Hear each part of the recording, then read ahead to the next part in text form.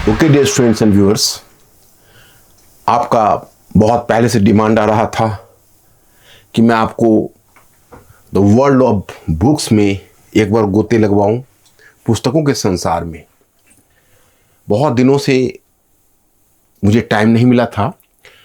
कुछ इस बार बुक्स का बहुत ज़्यादा कलेक्शन हो गया है, क्योंकि मुझे जहाँ तक याद है 2024 ऑनवर्ड्स मैंने बुक रिव्यू आपको दिया नहीं। तो आज मैं एक काम करता हूँ, आज मैं आपको, चूंकि बुक की सीरीज देखिए पूरा है, बहुत ज़्यादा है, तो अब रिव्यू का थोड़ा सा पैटर्न बदलते हैं, आपके लिए भी ज़्यादा यूजफुल रहेगा। पैटर्न ऐसे बदलते हैं कि पहले हम एक ही बार में बहुत सारे बुक्स कर देते थे, तो हो सकता है कि आपको समझने में कुछ परेशानी होती होगी। अब एक काम करते हैं, मैं बुक्स को पहले आज एक परिचयात्मक समझ आपको देता हूँ, जस्ट इंट्रोडक्टरी अंडरस्टैंडिंग कि ये बुक्स क्यों इम्पोर्टेंट है, आपको ये बुक क्यों ज़्यादा इम्पोर्टेंट है, ये क्यों इम्पोर्टेंट है, तो हम उसकी पूरी चर्चा कर देते हैं। और आप लिस्टिंग करिए, आप नोट डाउन करते चलेंगे, और फिर मैं एक एक बुक का सीरीज कॉन्टिन्यूसली चलाता रहूँगा, या तो वीक में करूँ एक या दो, एक और वन करके मेरी बुक आती रहेगी और थोड़ा सा मैं डिटेल्स में लाऊंगा। अब आप कहेंगे कि भाई पहले जो था वो बहुत ज़्यादा प्रिसाइज था। आपके दिमाग में एक बात आएगी कि भाई ये कैसे पॉसिबल होता है कि जैसे आज की तारीख में AI भी है, चैट GPT है, फिर बुक रिव्यू भी निकलते हैं, तो मेरा ये लेक्चर फिर इम्पोर्टेंट क्यों है? तो मेरा ये लेक्चर इसलिए इम्पोर्टेंट है क्योंकि आप चाहे AI में देखोगे तो वो आपको एक रफ आइडिया बुक्स के बारे में दे देगा, या आप अगर बुक रिव्यू में देखेंगे तो बहुत ही स्कॉलरली इंटरप्रिटेशन वो करेगा। लेकिन exactly being the students of UPSC और civil services and PCS, state PCS, आप इस बात को नहीं समझ पाएंगे कि आखिर इसका यूज मैं कैसे करूं। That is going to be a big challenge for you. और मैं सिर्फ उन्हीं बातों पर प्रकाश डालूंगा जो आपको, आपके लिए परीक्षा उपयोगी है। That is important from the exam point of view. जो आप पॉलिटी हो, इकोनॉमी हो, इंटरनेशनल रिलेशंस हो, हिस्ट्री हो, तो कहीं भी आप उस पॉइंट को लिंक कर सकते हैं। कहाँ फंडामेंटल राइट्स में लिंक कर सकते हैं, कहाँ डायरेक्टिव प्रिंसिपल्स में लिंक कर सकते हैं। लेकिन आज वो काम हम लोग नहीं करेंगे। आज हम एक पूरा आपको इंट्रोडक्टरी पहले बुक के संसार से परिचय करा देता हूं, और सबसे परिचय कराते हुए उनकी सेंट्रल आइडिया के बारे में थोड़ी सी झलक दे देता हूं, और उसके बाद फिर हम लोग वन बुक को रिव्यू करेंगे और आप बताएंगे ये आइडिया कैसा है। मुझे लगता है ज़्यादा यूजफुल होगा पहले के आइडिया की तुलना में। So now let us start. अब देखिए, ये हमारा जो पूरा सीरीज है, ये सीरीज इंटरनेशनल रिलेशंस का है। इसमें मैंने पहली बुक रखी है how to read a book. अब इस बुक की क्या खासियत है, ये इंटरनेशनल रिलेशंस की बुक नहीं है। जैसे आप देखते हैं कि मैं प्राय बुक्स पर या how to read the book, इस पर मैं लेक्चर लेता रहता हूं, तो आपको क्यूरियोसिटी होगी कि भाई कैसे पढ़ा जाए, पढ़ने की क्या विधि हो। तो मैं किस अथॉरिटी के तहत ये बोलता हूं, क्योंकि मैंने बहुत सारे इस पर क्लासिकल बुक्स पढ़े हुए हैं, और एक स्टैंडर्ड राइटिंग क्या होती है उसकी समझ मैंने उसी के बेसिस पर डेवलप किया है। तो मैं पहले आपको एक बात बताऊं, जैसे आपके दिमाग में एक बात यह चल रही होगी कि भाई इतने सारे बुक्स के, क्योंकि आप तो जानते हो कि इस लाइब्रेरी को मैंने फिर क्लीन किया है, क्योंकि मेरा एक बैक लाइब्रेरी भी है, तो जो बुक्स पुराने हो जाते हैं उसको निकाल देते हैं। हाँ, इसमें पुराने बुक्स में वो बुक्स हमारे बचे रहते हैं जो क्लासिकल बुक्स हैं, दैट इज प्लेस्ड हेयर। लेकिन जो नॉर्मली क्या होता है कि जैसे 2024 ऑनवर्ड्स मैंने बुक रखा है रिव्यू के लिए, मतलब आपका परिचयात्मक रिव्यू तो मैं फिर डिटेल्स में बाद में फिर करूंगा, जैसा कि मैंने आपको बताया। आज भी मैं रिव्यू करूंगा, ऐसा नहीं है कि आज सेंट्रल आइडिया आपको मिल जाएगा जिसको आप कहीं यूज कर सकते हो, लेकिन वो आपको विस्तार से तभी मिलेगा। अब ये जो बुक रीडिंग है, मैं इससे कैसे फायदा उठाता हूं पहले थोड़ा सा शेयर कर दूं। जैसे देखो, फिजिकल है, हमारा जो फिजिकल स्ट्रेंथ है, हम एक्सरसाइज करते हैं तो फिजिकल स्ट्रेंथ बढ़ता है। नहीं तो एक तरह से आप कह सकते हैं मस्कुलर एट्रोफी आ जाएगी, मतलब कि वो हमारा जो मस्कुलर पावर है वो धीरे धीरे डिक्रीज कर जाएगा। आप कह सकते हो डिजेनरेट कर जाएगा, वही दिमाग की शक्ति की होती है कि अगर आप इसको अनयूज छोड़ देते हो तो ये धीरे धीरे डिजेनरेट कर जाएगा, आपकी मेमोरी कम रह जाएगी, पढ़ने में मजा नहीं आएगा, फिर एक साइकिल में आप घिर जाते हैं। जितनी आइडियाज को आप अपने दिमाग में लाते हैं और लाने की कोशिश करते हैं तो आपका एक तरफ से सॉफ्टवेयर डालने के साथ हार्डवेयर भी बढ़ता जाता है। तो both are having the very different relationship, very intimate relationship, दोनों का बहुत गहरा संबंध होता है।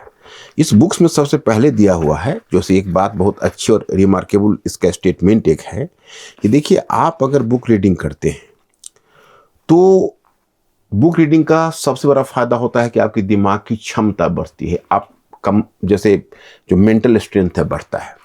फिर इसने एक और भी बहुत अहम बात कही, इसने कहा कि देखिए ऐसा है कि जैसे आप अगर एक खास एज के बाद आपका जो फिजिकल स्ट्रेंथ है, मैंने आपका नहीं, अभी तो आप यंग हो, मैं आपकी बात नहीं कर रहा, नॉर्मली मैं उनकी बात कर रहा हूँ जो बहुत ही आप कह सकते हैं कि ओल्ड एज एजुकेटर्स हैं या प्रोफेसर्स हैं, इंटेलेक्चुअल्स हैं, तो उसका फिजिकल स्ट्रेंथ टाइम के साथ कम होता जाता है। लेकिन मेंटल स्ट्रेंथ जैसे उनका स्टडी जारी होता है, मेंटल स्ट्रेंथ उनका बढ़ता जाता है।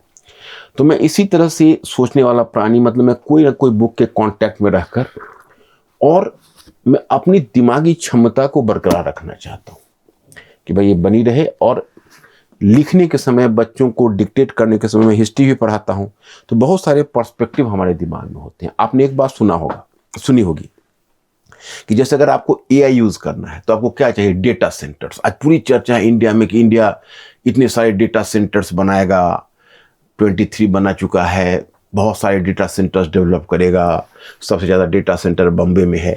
तो क्या कभी आपने सोचा है कि डेटा सेंटर्स की जरूरत क्यों है? एआई प्रोसेस करेगा, लेकिन डेटा कहाँ से आएगा? डेटा सेंटर से आएगा। तो जब हम कोई चीज़ ह्यूमैनिटीज़ में या सोशल साइंस में लिखते हैं, दोनों के लिए मैंने यहाँ पर इंटरचेंजेबल यूज़ किया, हालांकि थोड़ा सा दोनों में फ़र्क है। तो उस समय एक ह्यूमैनिटीज सब्जेक्ट में हमारी जो कुल पूंजी होती है, कुल कैपिटल होता है, वो क्या होता है? वो होता है हमारे पर्सपेक्टिव। जितनी पर्सपेक्टिव से हम स्टडी करेंगे उतने ही पर्सपेक्टिव से हमें नॉलेज मिलता है और हम उतना बेहतर परफॉर्म कर सकते हैं। तो चलिए अब आते हैं मुख्य मुद्दे पर।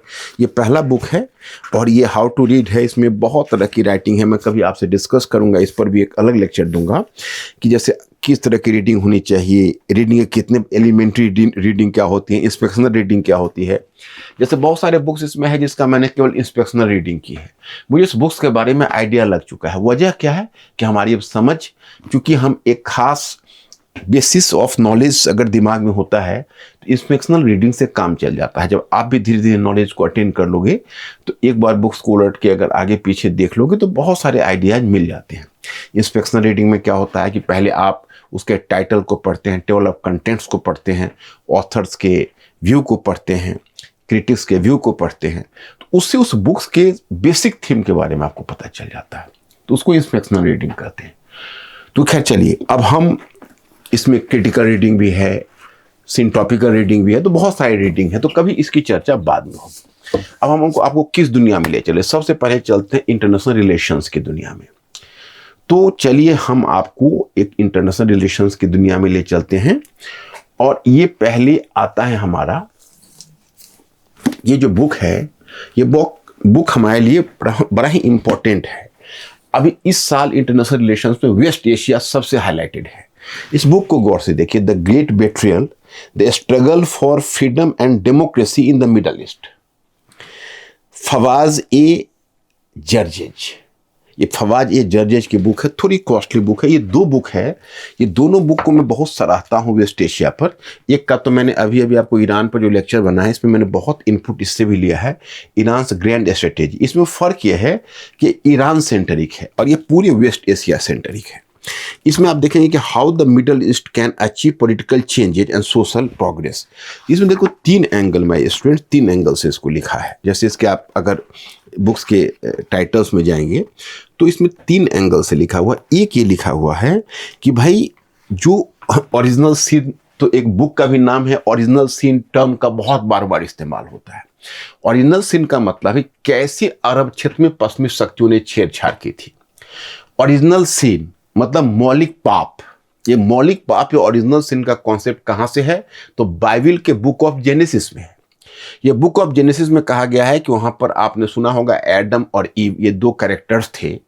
वो दोनों एक ईडन, गार्डन ऑफ ईडन में रहते थे और गॉड ने मना किया था सारे फल खाना, ये नॉलेज का फल है, लेकिन एक जो फल है वो मत खाना। एक फल को प्रोहिबिट किया था। उन्होंने कहा था कि देखो ये तुमको एक मोर्टल वर्ल्ड में ला देगा, ये अज्ञानता का फल है और ये तुमको इस फल को नहीं टच करना। लेकिन वहां पर एक सरपेंट आ जाता है और वो सरपेंट उसको ललचाता है कि अरे ऐसा है खा लो। तो एव लालच में आ जाती है, एव ने खा लिया, थोड़ा एडम को भी खिला दिया। परिणाम यह हुआ कि गॉड ने तीनों को श्राप दे दिया। श्राप को कहा, सरपेंट को कहा कि तुम अब जीवन भर रेंगोगे। एव को कहा कि तुम लोग चलो, पहले तो गार्डन ऑफ एडन से एव और उनको एडम दोनों को निकाल दिया और कहा कि अब मर्द जीवन भर मेहनत करेगा और अंत में दोनों की मृत्यु होगी। और लेडी को कहा, जो ईव है, कि अब तुमको डिलीवरी के समय बहुत पेनफुल प्रोसेस होगा। तो ये है biblical story the book of genesis से। तो यही पश्चिमी शक्तियों ने किया था फर्स्ट वर्ल्ड वॉर के बाद। हम प्राय वर्ल्ड हिस्ट्री वाले क्लास में बच्चों को बताते हैं कि देखो, जब फर्स्ट वर्ल्ड वॉर में पेरिस पीस कॉन्फ्रेंस हुआ था और वारसाई की संधि हुई थी, तो उसको 31 ईयर्स का पीस कहा जाता था।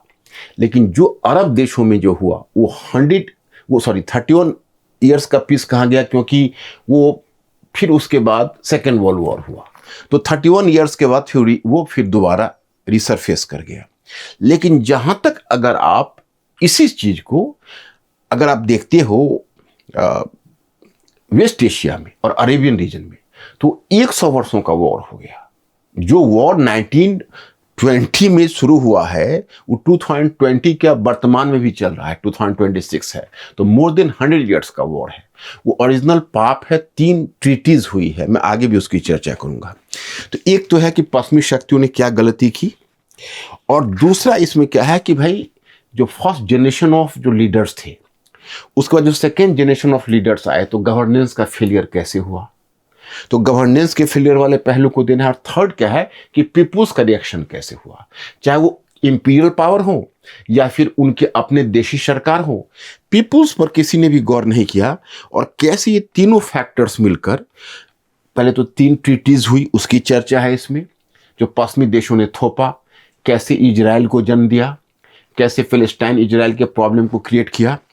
एक तरफ इजराइल के लिए यहूदियों को बाल्फोर घोषणा दी गई, तो दूसरी तरफ कैसे अरब एक जो लीडर था हुसैन, उसके साथ हुसैन महौन ट्रीटी की गई, और किस तरह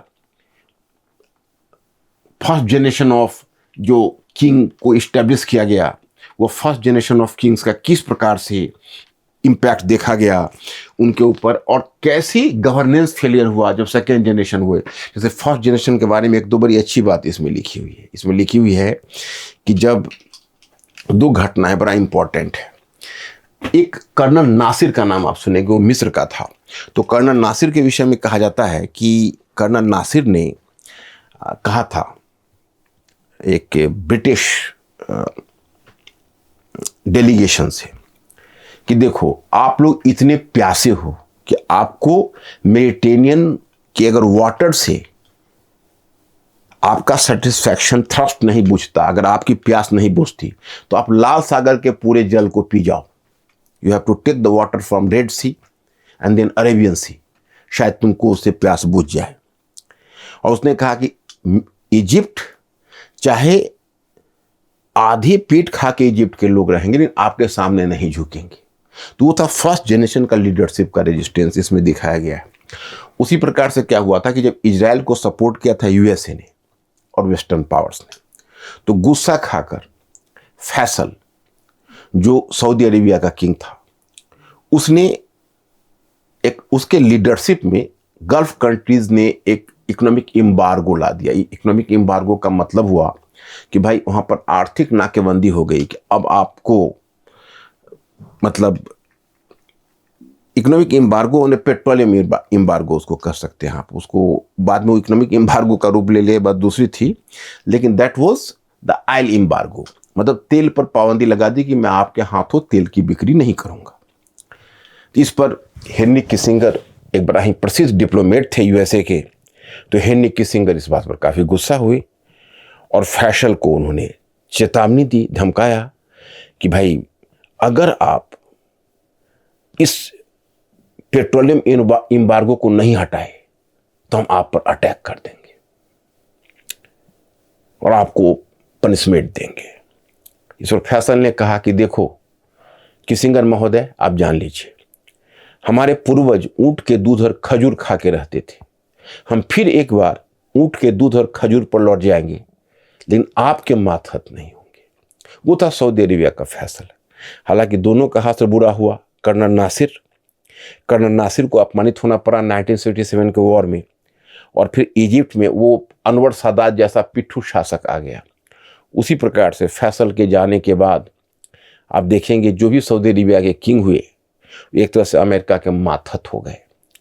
तो गवर्नेंस फेलियर हुआ, और गवर्नेंस के फेलियर के बाद पीपुल्स का जो एलियनेशन हुआ उसे पीपुल्स रिएक्शन हुआ, और ये सब पूरी कहानी अरब बसंत तक और वर्तमान एज तक ही ले जाते हैं। तो कभी बुक रिव्यू करेंगे तो उसमें मैं डिटेल्स में आपको बताऊंगा। देखो एक बुक है जियोपॉलिटिकल शिफ्ट्स एंड आने। पहले तो मैं आपको वेस्ट एशिया के बुक से वाकिफ कराऊं एक बार। देखो ईरान ग्रैंड स्ट्रेटेजी, इसमें इस बुक को मैंने एक ईरान पर भी लेक्चर दिया, उस पर भी आपने सुना होगा कि जब ईरान क्रिएट हुआ उसी समय उसने ग्रैंड स्ट्रेटेजी बनाई कि हमको कैसे फाइट करना है। इसमें एक ईरान का शाह होगा, वो प्रो अमेरिकन होगा, तो उसकी रणनीति हुई कि रशिया के अगेंस्ट में हमको पश्चिमी शक्तियों की मदद से काम करना है। दूसरा, जब 1979 में ईरान में जिसको आपने इस्लामिक क्रांति होगी और आयतुल्ला खुमैनी जब अपनी सरकार को स्थापित करेगा तो जानबूझ के शिया पहचान पर बल देगा, जानबूझ के मुस्लिम पहचान पर बल देगा और धार्मिक कट्टरता के माध्यम से वो वेस्ट का सामना करने की कोशिश करेगा। वो भी उसकी ग्रैंड स्ट्रेटेजी में ही शामिल है। हालांकि ये तो अब बुक्स लगता है जैसे पुराने हो गए, क्योंकि अभी ईरान में जो सीन हम लोग देख रहे हैं उसे तो लगता है कि ईरान की ग्रैंड स्ट्रेटेजी अभी फेल कर चुकी है, और ईरान जिस रास्ते पर जा रहा है उसमें तो ऐसा दिख रहा है कहीं वही उसका हश्र ना हो जो इराक को हुआ था 1991 में, क्योंकि 28 देशों के साथ इराक लड़ रहा था। अभी अकेला ईरान आप देख ही रहे हो कि अजरबैजान पर भी अटैक कर दिया, वेस्टर्न अड्डे पर अटैक कर रहा है और अरेबियन कंट्रीज के ऊपर अटैक कर रहा है। तो Iran is involve into a international war with so many countries you can say. तो खैर अब तो स्थिति बदल गई है, और जब करंट हम देखेंगे तो ऐसा पता चलता है। तो ग्रेट बेट्रियल आपने देखा, इसका नाम था द ग्रेट बेट्रियल, कैसे धोखा हुआ अरब देशों के साथ। दूसरा हमने ईरान का ग्रैंड स्ट्रेटेजी बताई। अब चलिए मैं आपको एक दो पहले, क्योंकि पश्चिमी एशिया पर बहुत सारे बुक इस बार आए हैं, तो देखो ओरिजिनल सीन, स्टैनली जोनी, ये जर्नलिस्ट है। अगर आपने ये दोनों बुक में से किसी को भी टच किया है तो इसको पढ़ने की कोई खास आवश्यकता नहीं है। ये शुरू होता है 7 अक्टूबर 2023 वाले से और चला जाता है फ्लैशबैक में, ये किस प्रकार से ओरिजिनल सीन किया था, जो मैंने अभी अभी आपको बताया कि 3 संधियां पश्चिमी शक्तियों ने की थी और ये तीनों संधियां अपने आप में विनाशक सिद्ध हुई, और यही तीनों संधियां ने उन प्रॉब्लम्स को अरब क्षेत्र में जन्म दिया है जो 100 ईयर्स से पूरे क्षेत्र को अशांत कर रखा है।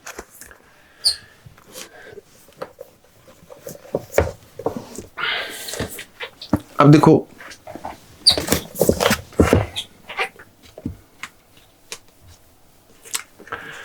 ये जो है आपको the shortest history of Israel and Palestine, ये भी चूंकि इजराइल और पैलेस्टाइन पर इतने सारे बुक आ गए हैं, और एक दूसरी बुक आई है जो 100 ईयर्स वॉर एंड पैलेस्टाइन, ये सब के सार एक ही हैं, और मुझे नहीं लगता कि ये दोनों बुक का कोई खास वर्थ है। तो बुक रिव्यू में आगे मैं इसको नहीं ले चलूंगा। बुक रिव्यू जो मैं करूंगा डिटेल्स में इन दोनों को करूंगा, द ग्रेट बेट्रियल का करूंगा, और जो वली नस्र का है द ग्रेट बेट्रियल, तो मैंने बताया ये वली नस्र का है ईरान ग्रैंड स्ट्रेटेजी।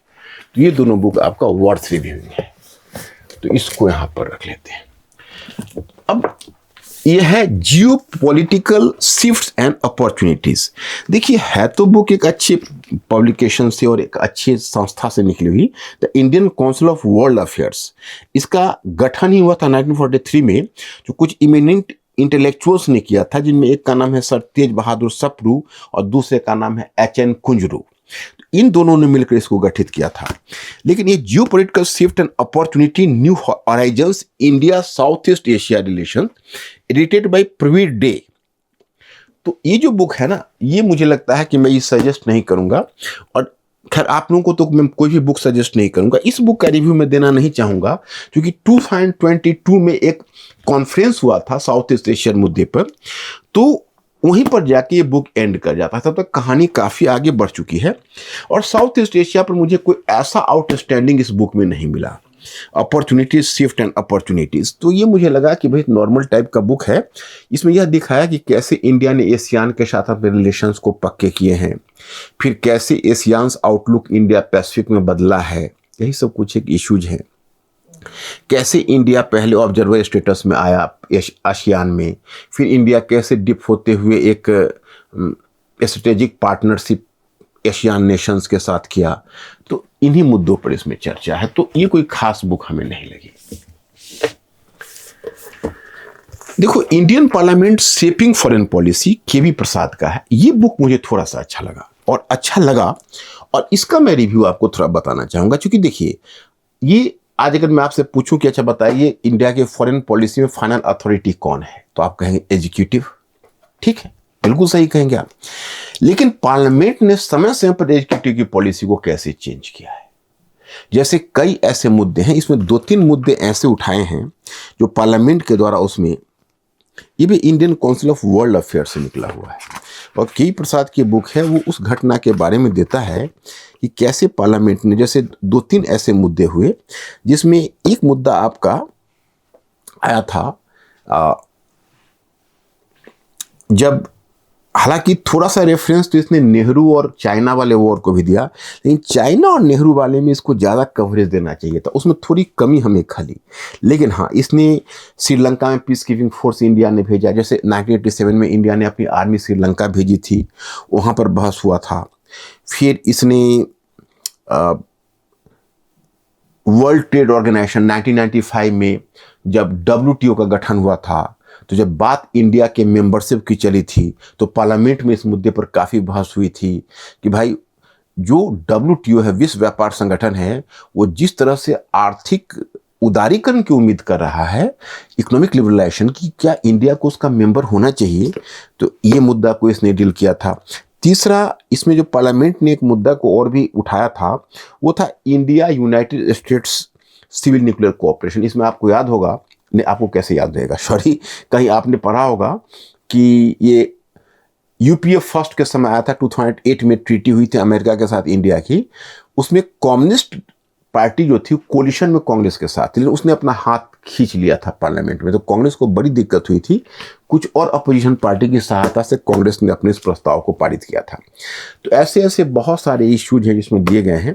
तो थोड़ा सा फॉरेन पॉलिसी में अगर आपको इंडियन पार्लियामेंट का एंगल भी पता चल जाए, तो वही है, डेटा सेंटर है, पर्सपेक्टिव जितना रहेगा उतना ही आपका दिमाग इनरिच करेगा। तो मैं इस पर थोड़ा सा आपको डिस्कस करना चाहूंगा।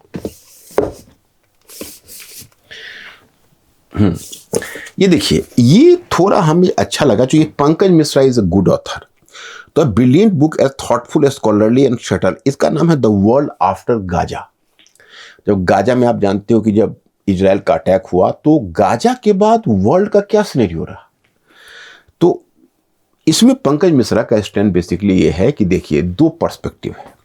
एक पर्सपेक्टिव पश्चिम का है, तो कहीं ना कहीं पश्चिमी देश को इजराइल के प्रति थोड़ी अंदर से सिंपैथी रहती है। एक तो उन्होंने खुद भी गलत किया है इजराइल यहूदियों के साथ, बहुत सारे वेस्टर्न कंट्री में यहूदी इधर उधर फैले हुए थे, but the western governments were doing discrimination against Jews. मतलब एक तो क्रिश्चियन हेट्रेड भी ज्यूज के प्रति एक नेचुरल था, उसकी भी अपनी एक बाइबलिकल, उसकी भी एक जीसस क्राइस्ट से जुड़ा हुआ मुद्दा है। और दूसरा मुद्दा ये था कि वो बहुत ही सक्सेसफुल बिजनेसमैन थे, तो जहाँ भी जाते थे वहाँ उनको वहाँ से हटा दिया जाता था। जर्मनी ने तो हद कर दी, उसने तो 60 लाख यहूदी और जिप्सियों को मारा। तो जो जेनोसाइड जर्मनी ने की, तो वो जो नाजी जेनोसाइड के कारण जो यहूदियों ने सफ़र किया, और जिस पर कि ब्रिटेन ने बाल्फोर घोषणा के तहत फिलिस्तीनी लोगों को राइट दिया, इजराइल को यहूदियों को फिलिस्तीनी क्षेत्र में बसा दिया, ये अपने आप में बहुत बड़ा डिसीजन था। तो कहीं ना कहीं आज भी वेस्टर्न कंट्रीज के दिमाग में ये आता है कि देखो यहूदी सफरर है। और जब 7 अक्टूबर 2023 को जब हमास ने अटैक किया था, तो वेस्टर्न पावर्स हमास, उसके बाद जो इजराइल और बेन्यामिन नेतन्याहू ने जो गाजा में किया, कितने लोग मरे, 70,000 तो उसके लोएस्ट आंकड़े हैं, हाईएस्ट आंकड़े तो 1,50,000 भी बोलते हैं, जिसमें कि पैलेस्टाइन लोग मारे गए इस पूरे ऑपरेशन में। लेकिन वेस्टर्न पावर्स को इस कष्ट की तरफ ध्यान नहीं जाता। उनको सिर्फ इस बात पर ध्यान जाता है कि अरे चलो इजराइल बहुत यहूदी लोग क्या करेंगे। उनको याद आ गया अपने जेनोसाइड के दिनों का, जब उन पर हमला हमास ने किया तो उनका नेचुरल रिएक्शन हुआ। लेकिन जो तीसरे विश्व के देश है, अब ग्लोबल साउथ उसको कही, अब थर्ड वर्ल्ड का कॉन्सेप्ट तो बदल चुका है, ग्लोबल साउथ, उनका नजरिया अलग है। वो कॉलोनियलिज्म एंड स्लेव ट्रेड को देख चुके हैं। उन्होंने देखा है कि देखो भाई वेस्टर्न पावर्स जो है वो हमेशा शोषण किया है, और खास के जो इजराइल है वो तो वेस्टर्न कंट्रीज के ही ग्रुप में बैठते हैं। तो उन्होंने पैलेस्टाइन वर्सेस यहूदी को कॉलोनियलिज्म वर्सेस इंपेरियलिज्म के पर्सपेक्टिव से देखा है। तो ग्लोबल साउथ की सिंपैथी जहां पैलेस्टाइन लोगों के साथ है, वहीं पर वेस्टर्न पावर्स की सिंपैथी, कहीं ना कहीं सिंपैथी। अब देखो ना, जर्मन गवर्नमेंट फिलिस्तीनियों को मान्यता में कभी वोटिंग नहीं की। अभी तो आपने देखा होगा कि ब्रिटेन फ्रांस तक बदल गए और फिलिस्तीनी स्टेट का डिमांड करने लगे। लेकिन जो जर्मन लोग हैं वो जर्मन लोग अभी भी नहीं करते हैं, क्योंकि जर्मन लोगों को एहसास है कि हमारे ही हिटलर ने उनके साथ जेनोसाइड किया था। तो ये एक नेचुरल वर्ल्ड दो भाग में डिवाइड कर गया, pro Palestine and pro Jews. तो उसी पर चर्चा है। अब देखिए, अब इसमें मैं आपको कौन सा बताऊं, क्योंकि देखिए एक चीज मुझे चुभी इंटरनेशनल रिलेशन वाले में, कि कोई भी ऐसी बुक नहीं हमें दिखी, नहीं एक दो बुक दिखी, जैसे डोनाल्ड ट्रंप के आने के बाद सभी कोविड-19 की चर्चा तो करते हैं, ग्लोबलाइजेशन को टूटने की चर्चा तो करते हैं कि ग्लोबलाइजेशन को धक्का लगा। लेकिन दो फैक्टर है जो भी इंटरनेशनल रिलेशंस को सबसे अधिक इंपैक्ट कर रहा है। एक है एआई तकनीकी, क्योंकि एआई टेक्नोलॉजी आई तो उसने वॉरफेयर से लेकर सिक्योरिटी तक के पूरे कॉन्सेप्ट को बदल दिया। और दूसरा है स्वयं डोनाल्ड ट्रंप, एक इंडिविजुअल ने इतिहास पर इतना प्रभाव डाला हो, जो कि मार्क्सिस्ट हिस्टोरियंस ये लिखते हैं कि individual is simply the product of the forces of nature. वो सिद्ध भी कर देंगे कि ट्रंप एक इंसान नहीं है, ट्रंप एक भावना है, ट्रंप एक ख्याल है, ट्रंप एक अप्रोच है जो पैदा हुआ है परिस्थितियों की देन है। लेकिन जो बहुत सारे नॉन मार्क्सिस्ट हो मानते हैं कि कई बार इतिहास में ऐसे इंडिविजुअल्स पैदा होते हैं जो इतिहास की धारा को ही बदल डालते हैं। जैसे ऐसे ही एक हिटलर हुए थे, और हिटलर के बाद आप देखोगे तो बहुत सारे पर्सनालिटीज ऐसे हुए जिसने इतिहास में पीछे जाओगे तो बिस्मार्क, हालांकि अच्छे सेंस में, मेटरनिक कुछ बुरे सेंस में, कुछ अच्छे सेंस में, और हिटलर पूरी तरह से बुरे सेंस में। और ट्रंप को आप किस सेंस में कहेंगे, इसने भी तो पूरी इतिहास की धारा को बदल दिया। तो वैसी बुक हमको जानदार लगी नहीं। एक मनीष तिवारी की बुक, मनीष तिवारी आप जानते हैं कांग्रेस एमपी, कांग्रेस प्रवक्ता हैं, और a world adrift, a parliamentarian perspective on global power. इसमें जो मनीष तिवारी ने जो बुक को डील किया है, मैं इस बुक से बहुत ज़्यादा खुश तो नहीं हूँ, लेकिन Chinese checkers power shift in the Asian century, और इसने कुछ जैसे मिडल ईस्ट कन्फ्लिक्ट को लिया है, ऑपरेशन सिंदूर को लिया है, art of war reloaded, the technology behind modern battles, AI तकनीकी के कुछ प्रभाव को लिया है, और डोनाल्ड ट्रंप के इंपैक्ट को भी इस बुक ने लिया है। दूसरा, आप अगर देखेंगे तो the new world 21st century global order India, Ram Madhav का है। ये बीजेपी के सेक्रेटरी भी रहे हैं, इन्होंने कश्मीर के इलेक्शंस को भी ऑब्जर्व किया है। तो लेकिन मैं इनको भी पढ़ता हूँ। जैसे अगर हमें वर्तमान बजट पर जानना हो तो मैं पी चिदम्बरम को भी पढ़ता हूं, क्योंकि वो बाइज्ड होंगे कांग्रेस के चश्मे से, उस वजह से इनकी राइटिंग होगी तो बीजेपी के चश्मे से बाइज्ड होगी। तो मैं फिर भी इनकी राइटिंग को पढ़ता हूं। एक बड़े अच्छे स्कॉलर हैं ये। थोड़ा सा झुकाव राइटिस्ट नेशनलिज्म की तरफ इनका होता है, तो उतना मान के चलते हैं, उतना हम लोग माइनस प्लस कर लेते हैं खुद। लेकिन इन्होंने जो डील किया है, इसमें इन्होंने अच्छे ढंग से एआई तकनीकी के बारे में कुछ बताया है, इम्पैक्ट को डोनाल्ड ट्रंप पर अच्छा खासा। लेकिन यही कहते हैं कि भविष्य भारत का है।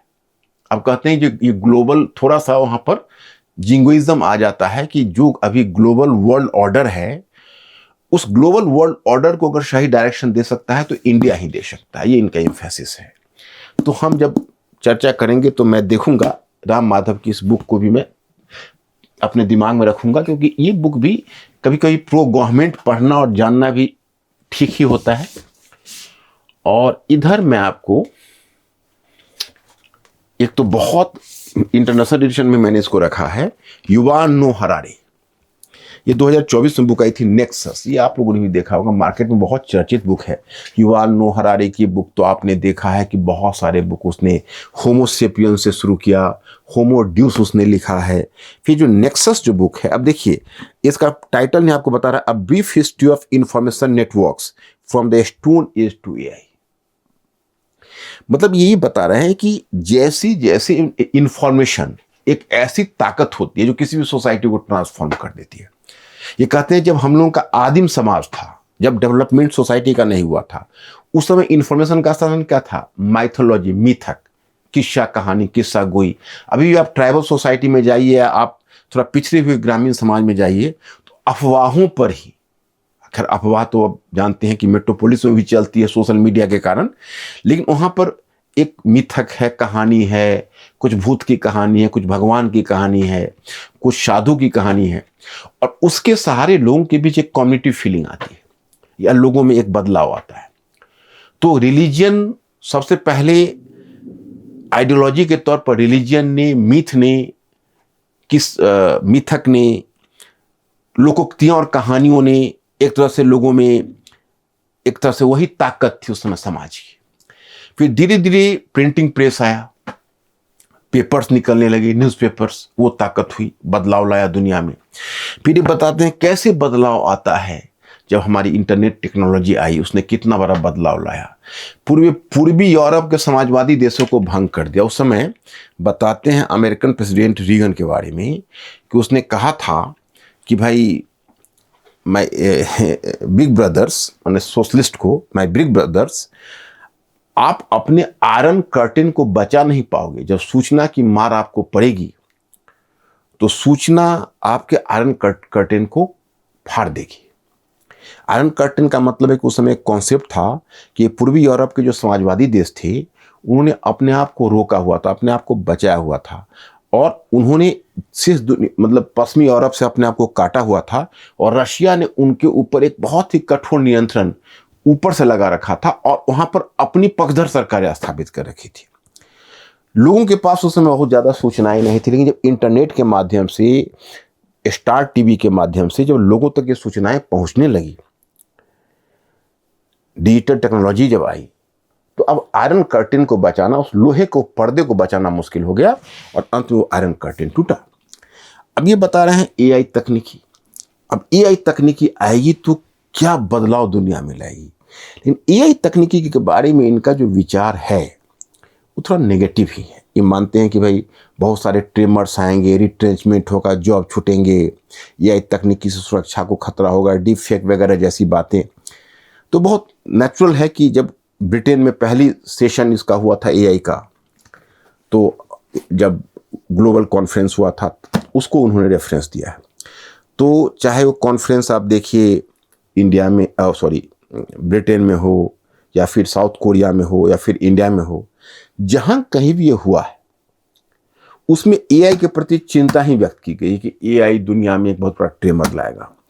लेकिन जब भारत में एक कॉन्फ्रेंस हुआ है, उससे जोड़ के देखिए तो कम से कम इंडिया का रुख बड़ा ही पॉजिटिव रहा है।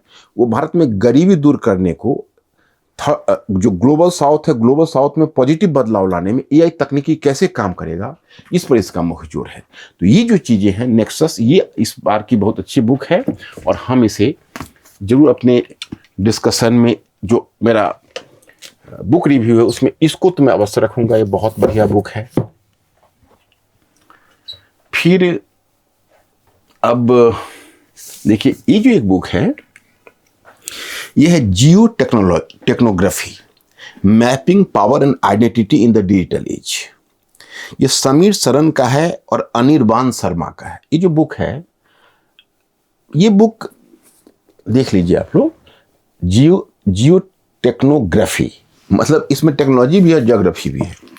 तो इसमें शुरू में इसने ये कहा है, इन्होंने जो स्लोगन दिया है, उन्होंने ये दिया है कि आपको याद होगा या आपने कहीं सुना होगा, एक फ्रांसिस फुकुयामा था, उसने एक घोषणा की थी 1992 में, there is the end of history. ये कहते हैं कि there is the end of geography. क्या ज्योग्राफी का अंत हो गया? आज की जो नई टेक्नोलॉजी आई है, ज्योग्राफी दूरी को कम कर दिया, आज पूरी दुनिया को ग्लोबल बना दिया, तो ज्योग्राफी का अंत हो गया। लेकिन खुद इसका खंडन करते हैं कि नहीं, ज्योग्राफी का अंत नहीं हुआ। आज भी नेशन स्टेट और जैसे विभिन्न नेशन के बीच आपस में कॉन्फ्लिक्ट है, जो संघर्ष है, वो संघर्ष बताता है कि नहीं, अभी ज्योग्राफी का अंत नहीं हुआ। ज्योग्राफी आज भी है और ज्योग्राफी रहेगा। तो इन द डिजिटल एज, ये आपका इसको और कुछ ऐसे एआई तकनीकी को मिलाकर मैं 2-3 बुक को मिलाकर एक ही दे रिव्यू ले लूंगा। ये बुक आपको, और मैं वहां पर स्लो में आपको नोट डाउन करवा दूंगा कि आप अपने एकेडमिक्स में उसका इस्तेमाल कैसे करिएगा। अब देखिए, अब यहां पर इसमें से कुछ बुक मैंने रखा है जो गवर्नेंस की भी है। जैसे अगर गवर्नेंस का, लेकिन 800 पेज की बुक, ये तो मैंने भी अभी नहीं देखी है, बस इसका इंस्पेक्शन रीडिंग किया है। Accelerating India development, a state led road map for effective governance, Karthik Muralidharan. Karthik Muralidharan ने इंडिया के गवर्नेंस का प्रॉब्लम बताया कि इंडिया के गवर्नेंस का प्रॉब्लम इंप्लीमेंटेशन है। पॉलिसीज तो हमेशा प्रोग्रेसिव रहती है, लेकिन इसका जो इंस्टीट्यूशनल वीकनेस है, द वीक स्टेट, वो पॉलिसी को इंप्लीमेंट नहीं कर पाता है, जिस वजह से इंडिया का गवर्नेंस फेलियर है। और गवर्नेंस फेलियर है, इसी कारण से हेल्थ सेक्टर में इंडिया का परफॉर्मेंस बुरा है, एजुकेशन सेक्टर में इंडिया का परफॉर्मेंस बुरा है। और जब इन सेक्टर में इंडिया का परफॉर्मेंस बुरा होगा तो बाकी सेक्टर में तो परफॉर्मेंस बुरा होना ही होगा, क्योंकि इंडिया में तो ह्यूमन कैपिटल डेवलपमेंट इस कारण से नहीं हो रहा है। तो गवर्नेंस फेलियर पर ये बहुत मतलब कॉम्प्रिहेंसिवली उन्होंने, कोई अगर गवर्नेंस पर काम करना चाहता है तो उसके लिए ये यूजफुल हो सकता है, टीचर्स के लिए। इस पर भी हम थोड़ी चर्चा आपको करेंगे। और बाकी तो इधर देखिए, एक इंटरनेशनल रिलेशन में एक बुक है, रायसीना क्रॉनिकल्स। ये India global public squad, S Jaishankar का है और समीर सरन का। तो इसमें है कि रायसीना जो कॉन्फ्रेंस होता है उसका 1 डेकेड हो गया था, और इंडिया उसके सेंटर में है, और दुनिया के पर्यवेक्षक आते हैं, और इंडिया वहाँ फॉरेन पॉलिसी या ग्लोबल पॉलिसी को डिसाइड करने में जो इंडिया का रोल होता है, तो रायसीना क्रॉनिकल्स उसी के ऊपर डील कर रहा है। मुझे नहीं लगता इंडिया ग्लोबल पब्लिक स्क्वायर, लेकिन मुझे नहीं लगता कि इस पर आपको अलग से पढ़ने की आवश्यकता है। इसको इग्नोर किया जा सकता है बुक रिव्यू में, क्योंकि ये बुक मुझे वैसा कोई खास नहीं लगा।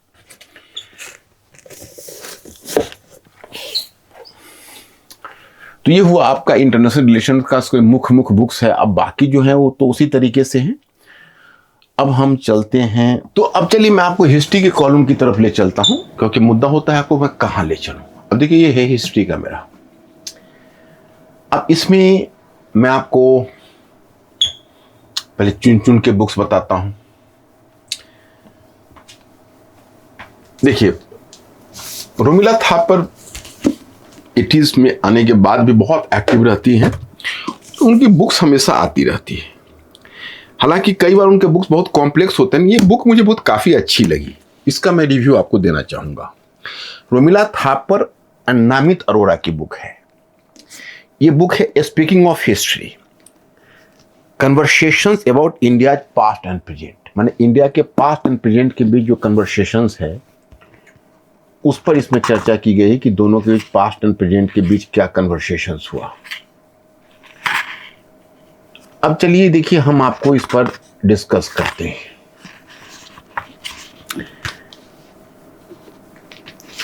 देखिए, ये जो बुक है, इस बुक में अगर आपको हिस्टोग्राफी की समझ डेवलप करनी है, जैसे अगर आप इतिहास लेखन की समझ विकसित करना चाहते हैं, ये बुक आपके लिए काफ़ी यूजफुल रहेगा। जैसे the beginning of historical scholarship on India, Romila Thapar का एक विशेष रिसर्च है सोर्सेस ऑफ स्टडी पर, क्योंकि एंसेंट हिस्ट्री में कई बार मैंने चर्चा की है कि जो वेस्टर्न स्कॉलर से कहते हैं कि भाई इंडियन लोगों के पास सेंस ऑफ हिस्ट्री नहीं था, रोमिला थापर ने इसको खंडन करते हुए कहा कि देखिए, हमारे पास सेंस ऑफ हिस्ट्री है, लेकिन जो पश्चिम के सेंस ऑफ हिस्ट्री है, उनका जो हिस्टोरिकल कॉन्शसनेस है उससे अलग है। ऐसा आप क्लेम नहीं कर सकते कि हमारे पास सेंस ऑफ हिस्ट्री नहीं। तो दैट वाज द फैक्टर। अब व्हाट कॉन्स्टिट्यूट्स ट्रस्टवर्दी हिस्ट्री, तो इसमें बहुत ऑथेंटिसिटी, ये भी बहुत अच्छा टॉपिक है। What is the historical method, historical method कोई बच्चा इसको पढ़ के समझ सकता है, ये तो मैं रिव्यू में आपको दे दूंगा, आपको पढ़ने की आवश्यकता नहीं है।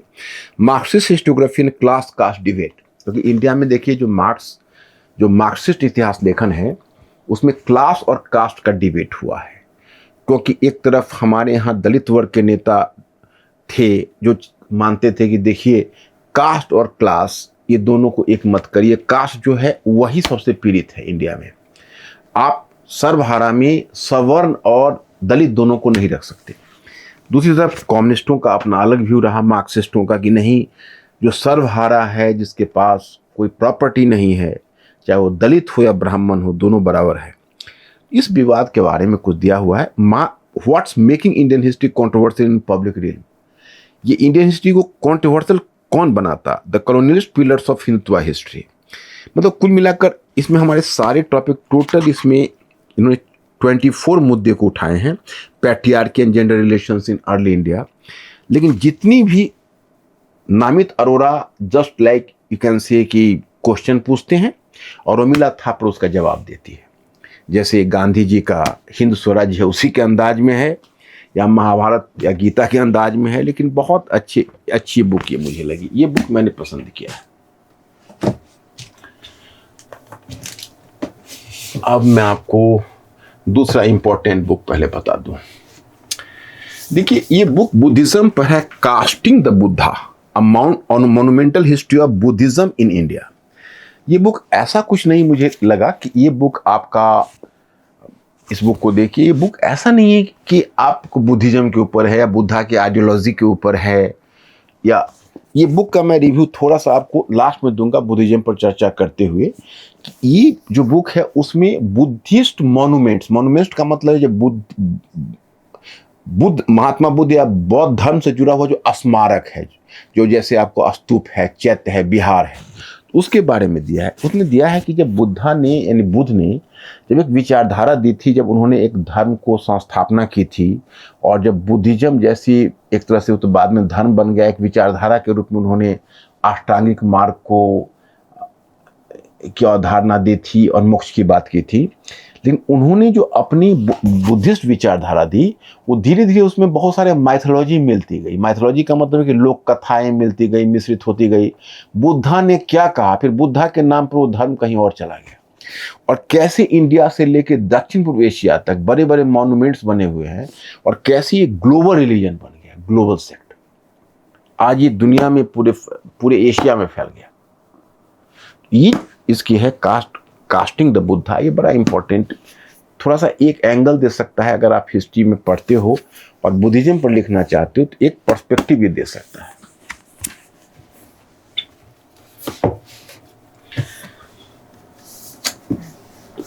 अब देखिए, India before the Ambanis, a history of Indian business and money and economy, ये लक्ष्मी सुब्रमण्यम की बुक है। हाँ, मैंने बुद्धिस्ट का ऑथर आपको नहीं बताया, सॉरी। ये है शशांक शेखर सिन्हा का कास्टिंग द बुद्धा, शशांक शेखर सिन्हा। और ये है India before the Ambanis, a history of Indian business money and economy, ये लक्ष्मी सुब्रमण्यम की। ये बुक में क्या दिया गया है, इंडिया मतलब अंबानी से पहले क्या इंडिया में कैपिटलिज्म नहीं था, या इससे पहले हमारे कैपिटलिस्ट क्लास नहीं थे, बहुत बड़े कैपिटलिस्ट क्लास थे। अब देखो, ये दिया है लेट मुगल्स का मतलब हुआ कि ये जो मुगल काल में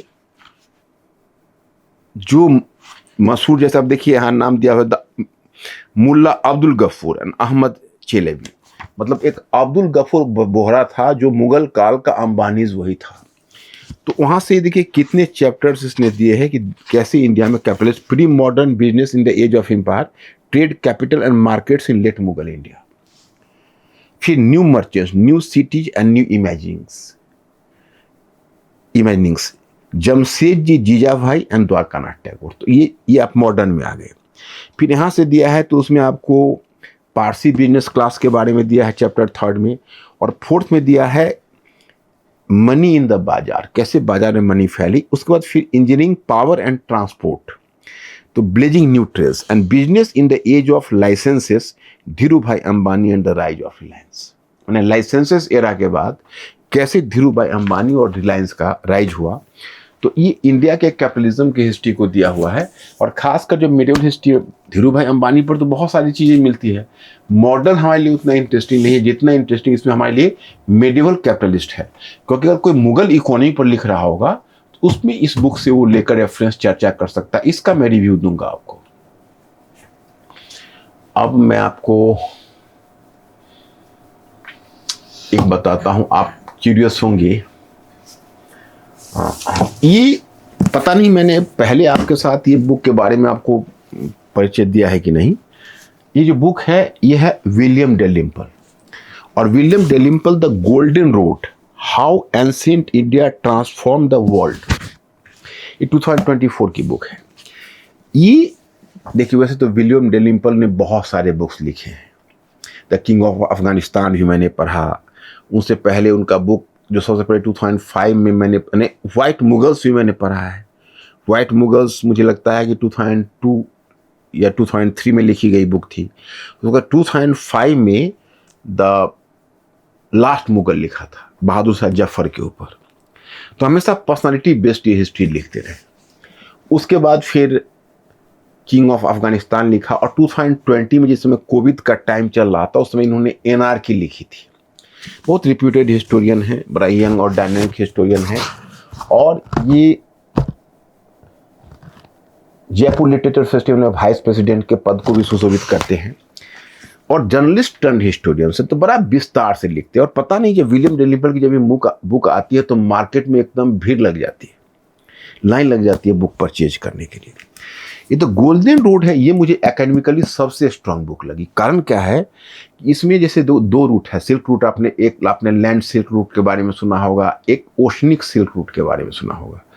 तो इन्होंने कहा कि फारस की खाड़ी, उर्मुज से लेकर साउथ ईस्ट एशिया तक इंडिया का इकोनॉमी नहीं कल्चर भी कैसे फैला, और आधी दुनिया में इंडियन कल्चर फैल गई। और ग्रीक और रोमन कल्चर ने जिस तरह उधर ट्रांसफॉर्म किया, इंडियन कल्चर ने इस तरफ ट्रांसफॉर्म कर दिया। जीरो से लेके कैसे इंडियन कल्चर यूरोप में भी, वेस्ट एशिया में इसका प्रभाव इराक पर भी देखा गया। तो बहुत विस्तार से इन्होंने काम किया है इसके ऊपर। और इन्होंने जो द गोल्डन रोड कहा है, बेसिकली द गोल्डन रोड का मतलब है कि इसने मैरीटाइम सिल्क रूट की बात की है, लैंड रूट की बात नहीं की है। एक बड़ा इंटरेस्टिंग चीज इन्होंने कहा है कि भाई आखिर क्या बात है कि चाइनीज कल्चर ही बहुत इंपॉर्टेंट रही है, लेकिन Chinese culture south East Asia में नहीं फैला, स्वयं इंडिया का कल्चर साउथ ईस्ट एशिया में फैल गया और बुद्धिज्म चाइना में भी फैल गया। तो कारण बताते हैं कि चाइना का स्क्रिप्ट बड़ा डिफिकल्ट था, बड़ा कठिन था। तो चाइनीज स्क्रिप्ट को पढ़ने में लोगों को बड़ी दिक्कत होती थी, क्योंकि पिक्टोग्राफिक थी, तो इसलिए चाइना का कल्चर ज़्यादा नहीं फैल पाया, बदले में इंडिया का कल्चर फैल गया पूरी एशिया में। तो ये कहना है। तो अब देखो, एक हम बुक के बारे में यहाँ इंटरनेशनल रिलेशन के मैंने रखा हुआ है, इसके बारे में बताना भूल गया मैं। ये विलियम डेलिम्पल का ही मतलब सन है, इनका नाम है सैम डेलिम्पल। हम लोग जब जयपुर लिटरेचर फेस्टिवल में कुछ दिन पहले तक जाते थे, कुछ दिन से तो मैं जा नहीं पा रहा हूँ, वहाँ काफ़ी भीड़ हो जाती, तो मैंने छोड़ दिया जाना। लेकिन जब मैं जाता था, मैं 2013-14 की बात बता रहा हूँ, तो बड़ा ही एडोलेसेंट एज में ये लड़का लगता था। अभी उसका 29 ईयर्स एज है सैम डेलिम्पल का। कई बार लगता है कि हमारे यहाँ विलियम डेलिम्पल इंडिया में सेटल कर गए, छतरपुर में ही रहते हैं, सब कुछ है, दिल्ली बेस्ड हैं, पर स्ट्रगल करके उन्होंने अपना लाइफ यहाँ खड़ा किया, बहुत बड़े स्कॉलर के रूप में पहचान बनी। और बड़े मियाँ तो बड़े मियाँ, छोटे मियाँ सुभान अल्लाह। चूंकि सैटर्ड लैंड्स जो बुक विलियम डेलिम्पल की है, सैम डेलिम्पल की है, ये बुक तो पहले ही है। हालांकि इसने इससे पहले एक मूवी बनाई थी और मूवी हिट कर गई, मतलब एक फिल्म फेस्टिवल में उसको अवार्ड मिल चुका है उस मूवी का। कुछ टीवी सीरियल वगैरह भी बनाया है, और बड़ा ही पोलीग्लॉट है, मतलब हर तरह की ज्ञान से निपुण है, पूरी दुनिया का ट्रैवल किया हुआ है। नोवेल रेट 29 ईयर्स की एज में। कई बार ये लगता है कि देखो, हम लोगों का एजुकेशन सिस्टम है कैम्ब्रिज ऑक्सफोर्ड से, और वहाँ से शिक्षा पाई है, कोलंबिया यूनिवर्सिटी में भी शायद रहा है, आई एम नॉट कन्फर्म। तो मुझे लगता है कि भाई हमारे यहाँ के जो बच्चे हैं उनको यहाँ तक पहुँचने में दिक्कत होती है, और वो दिल्ली में रहकर यहाँ पलकर और फिर यहाँ से उसने इतने सारे नॉलेज प्राप्त किया। आज एक ग्लोबल पहचान इसकी बनी हुई है। तो पहले इंडिया के पार्टीशन के बारे में सिर्फ यही था कि इंडिया का एक पार्टीशन हुआ, या साउथ, ये चर्चा होती थी कि एशिया में कुछ ट्रेमर्स लाने में साउथ एशिया में इंडिया का पार्टीशन ने काम किया। इस बुक का नाम है 5 partitions and the making of modern Asia. ये यंग जनरेशन का हिस्टोरियन से इसने कहा कि नहीं, आप लोग को इंडिया का पार्टीशन नहीं देखिए, ब्रिटिश एम्पायर ओरमुज से लेकर साउथ ईस्ट एशिया के जंगल तक फैला हुआ था। और ब्रिटिश एम्पायर जो पैक्स ब्रिटेनिका था पूरी एशिया में, वो थोड़ा छोटा सा नहीं था। उसमें कौन कौन देश शामिल थे? तो इंडिया, पाकिस्तान, वर्तमान Bangladesh, Burma, Nepal, Bhutan, Yemen, Oman, UAE, Qatar, Bahrain and Kuwait were bound together under a single imperial banner। ये 10 कंट्रीज थे, 12 कंट्रीज जो एक ही सिंगल इंपीरियल बैनर में बंधे हुए थे, जो थे ब्रिटिश एम्पायर का। लेकिन 1928 में इसका विघटन हुआ, और 1928 में पहले 1928 से शुरू हुआ। तो 1928 से जिस समय ब्रिटेन स्पेस में देख रहा था, स्पेस में इसलिए देख रहा था कि उससे एक साल पहले बीबीसी लंदन इस्टेब्लिश हुआ, और बीबीसी लंदन का जो पहला टेलीकास्ट हुआ 1928 में, उसमें यही सैम डैलिम्पल ने सूचना दी है कि जो न्यूज़ रिपोर्टर थे वो एक तरह से वो एक ग्लोबल समाचार प्रकाशित कर रहे थे। तो इनके दिमाग में ये कहीं बात बैठी हुई थी कि दूसरे प्लैनेट्स पर जो कुछ लोग हैं वहाँ तक भी मेरी आवाज़ पहुँच सकती है। तो पहले इसने अपील की दुनिया के प्लैनेट्स के लोगों से कि भाई मेरे, अगर दूसरे प्लैनेट पर रहने वाले आपको सुन रहे हो तो आप मुझे सुनो और मेरी बातों का जवाब देना। परंतु उधर से कोई जवाब नहीं आया। तो इसका मतलब ये पता नहीं चला कि बाकी प्लैनेट्स के लोगों से हमारा कांटेक्ट हो सकता है कि नहीं। खैर, ये तो छोटा सा एक कह सकते हैं कि एनेक्डोट है। लेकिन उस समय ब्रिटिश एम्पायर पहले 1928 में वेस्ट एशिया में टूटना शुरू हुआ, फिर इंडिया बटा, श्रीलंका बटा, फिर आप देखते हो श्रीलंका तो खैर को स्वतंत्र किया, इंडिया से पाकिस्तान निकला, बांग्लादेश फिर दूसरा विभाजन हुआ, बर्मा 1937 में ही निकल चुका था, फिर साउथ ईस्ट एशिया में कैसे ब्रिटेन ने फ्री किया। तो इन्होंने कहा कि दुनिया में आज हर जगह डिस्प्यूटेड बाउंड्री है। वेस्ट एशिया में डिस्प्यूटेड बाउंड्री है, साउथ ईस्ट एशिया में विवादास्पद सीमा है, इंडिया, पाकिस्तान, बांग्लादेश के बीच विवादास्पद सीमा है। तो ये सब विवादास्पद सीमा उसी पार्टीशन की देन है, जो 5 पार्टीशन है। पूरा एशिया इसीलिए अशांत रहता है अपने सीमा विवाद को लेकर। अभी आपने हाल में देखा होगा कि थाईलैंड और कंबोडिया के बीच स्ट्रगल लगा। थाईलैंड ब्रिटिश कॉलोनी नहीं थी, लेकिन थाईलैंड और कंबोडिया को लेकर वो फ्रेंच कॉलोनी थी, वहाँ पर कॉन्फ्लिक्ट हुआ। तो जितनी भी कॉलोनियल पावर ने वहाँ छोड़ा है, वो आपस में वहाँ पर कुछ उन्होंने एक अपनी विरासत संघर्ष की छोड़ दी है। तो ये अच्छी बुक है, न्यू जनरेशन के हिस्टोरियंस के द्वारा लिखी गई बुक है। अब मैं आपको चलिए इस बुक से परिचय कराता हूँ। आप लोग बी.डी. सावरकर, हाँ ये बुक का तो मैं रिव्यू करूंगा, जो सैम डैलिम्पल है उसकी बुक का मैं रिव्यू दूंगा। सारे बुक्स का रिव्यू आप लोगों को मैंने खुद स्वतंत्रता दी है कि आप मेरा लाइब्रेरी को देख ही रहे, मैं आपको परिचय करा रहा हूँ, और आप जिस बुक को आप नोट डाउन करते जाना, जहाँ जहाँ आप चाहोगे उस खास बुक का मैं रिव्यू कर दूंगा थोड़ा विस्तार से। देखिए, the new icon Savarkar and the facts, Arun Suri. ये बुक मुझे इसलिए अच्छी लगी क्योंकि अरुण सूरी लिखे, बीजेपी से एसोसिएटेड रहे थे, बी.डी. सावरकर जैसे पर्सनालिटीज थे। तो ऐसा लगा कि अरुण शौरी ने कहीं ना कहीं ब्लाइंडली फॉलो किया होगा और बी.डी. सावरकर को आइडियलाइज करने की कोशिश की होगी, उन्हें एक आदर्श फिगर बनाने का प्रयास किया होगा। लेकिन he is raising the very fundamental question. ये बुक ने मुझे बहुत इंप्रेस किया। इस बुक में उन्होंने लिखा है कि did Savarkar battle a stormy sea when he attempted his legendary escape at Marseilles. उन्होंने कहा कि देखिए, जब बी.डी. सावरकर पर जब नासिक के जो कलेक्टर जैक्सन के एसेसिनेशन, जैक्सन के मर्डर का, मतलब जैक्सन के हत्या का मुकदमा था, तो उनको लंदन से ले आया जा रहा था शिप में इंडिया ट्रायल के लिए, मतलब उन पर कानूनी कार्रवाई होनी थी। तो जब फ्रांस से जब शिप गुजर रहा था, तो फ्रांस के बॉर्डर के पास मार्सेस जगह है, मार्सलेज, तो मार्सलेज में स्लिप कर गए। मार्सलेज में ये स्लिप कर गए शिप से, मतलब स्लिप कर गए का मतलब है कि वो कमोड होकर निकल कर भागे, बचने का काफ़ी प्रयास किया लेकिन विफल हो गए। तो उसमें यह है कि escape at Marseilles, did Savarkar battle a stormy sea when he attempted his legendary escape at Marseilles? उस कहानी की वेरासिटी को इसने असेस किया है अरुण शौरी ने। Did Gandhi ji and he stay together as friends in London? उन्होंने कहा कि क्या गांधी जी और सावरकर लंदन में जब दोनों थे, गांधी जी भी गए थे, 1906 की बात बता रहा हूँ, तो क्या दोनों मित्र थे? क्योंकि सावरकर ने ऐसा ही क्लेम किया जब गांधी जी के असैसिनेशन वाले मुद्दे पर जब ट्रायल हो रहा था, तो सावरकर ने ही क्लेम किया कि हम तो गांधी जी के मित्र थे, हम और गांधी तो लंदन में रहे थे। इसको इन्होंने वेरीफाई किया है। उसको did he turn against Muslims because of the cruelty of jailers in the Andamans? क्योंकि बीडी सावरकर के बारे में विवादास्पद चीज ये है कि वे बीडी सावरकर एक ऐसी पर्सनालिटी रहे हैं जिन्होंने हिंदू मुस्लिम अमिटी की बात की। 1900, आप याद करिए कि 1907 में उन्होंने जब 50 वर्ष पूरे हुए थे ग्रेट रिवोल्ट ऑफ 1857 के, तो इंडियन वॉर ऑफ इंडिपेंडेंस करके जो बुक लिखी थी उसमें उन्होंने हिंदू मुस्लिम एकता की बात उठाई थी। तो आखिर ऐसा क्या हो गया कि सावरकर बाद में हिंदुत्व के प्रचंड समर्थक बन गए, कहीं ना कहीं टू नेशन थियरी की बात करने लगे? इसमें इसका जस्टिफिकेशन दिया जाता है कि जब वो अंडमान निकोबार जेल में गए थे तो जेलर और जो मुस्लिम उनके कर्मचारी थे उन्होंने इनके साथ बहुत बुरा व्यवहार किया और हिंदुओं के साथ बड़े बुरे व्यवहार करते थे। जो मुस्लिम अधिकारी हैं वो मुस्लिम अधिकारी ब्रिटिश से मिले हुए थे और मतलब ब्रिटिश के तो एम्प्लॉय ही थे और वो हिंदुओं के साथ मतलब इनके साथ विशेषकर बहुत दुर्व्यवहार किया, इसीलिए ये एंटी मुस्लिम हो गए।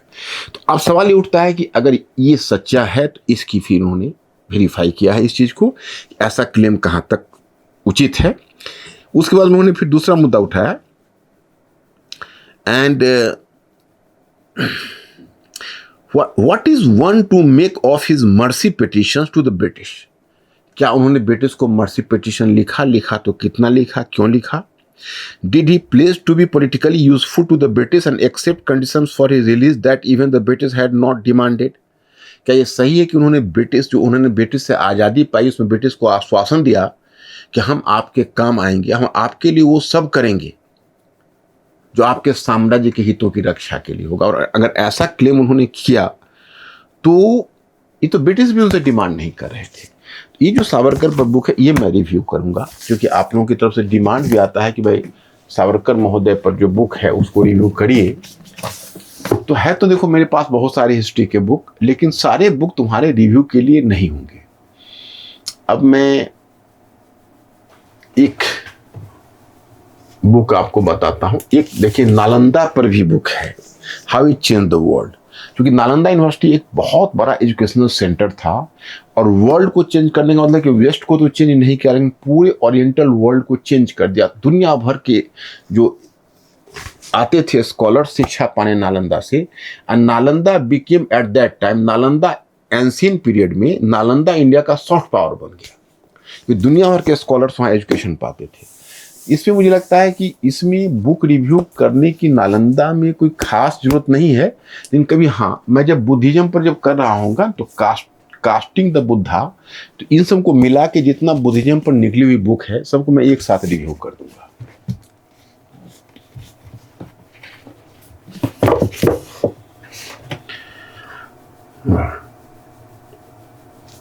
उसके बाद एक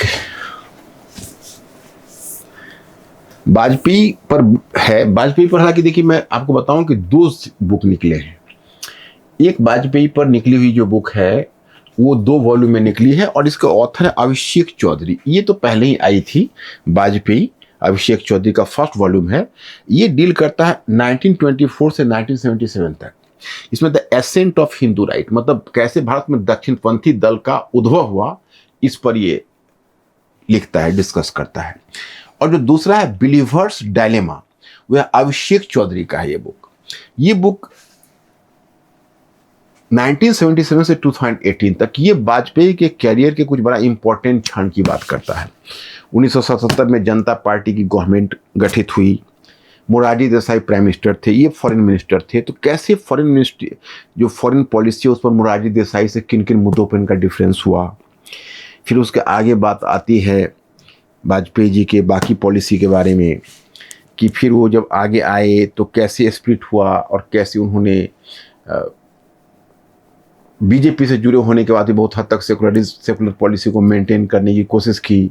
फिर इंडिया के प्राइम मिनिस्टर के रूप में उन्होंने कैसे बड़े इंपॉर्टेंट डिसीजन लिए। एक तरफ इकोनॉमिक लिबरलाइजेशन को, आर्थिक उदारीकरण को आगे बढ़ाया, दूसरी तरफ उन्होंने न्यूक्लियर एक्सप्लोजन किए, उस समय इतनी हिम्मत का काम किया।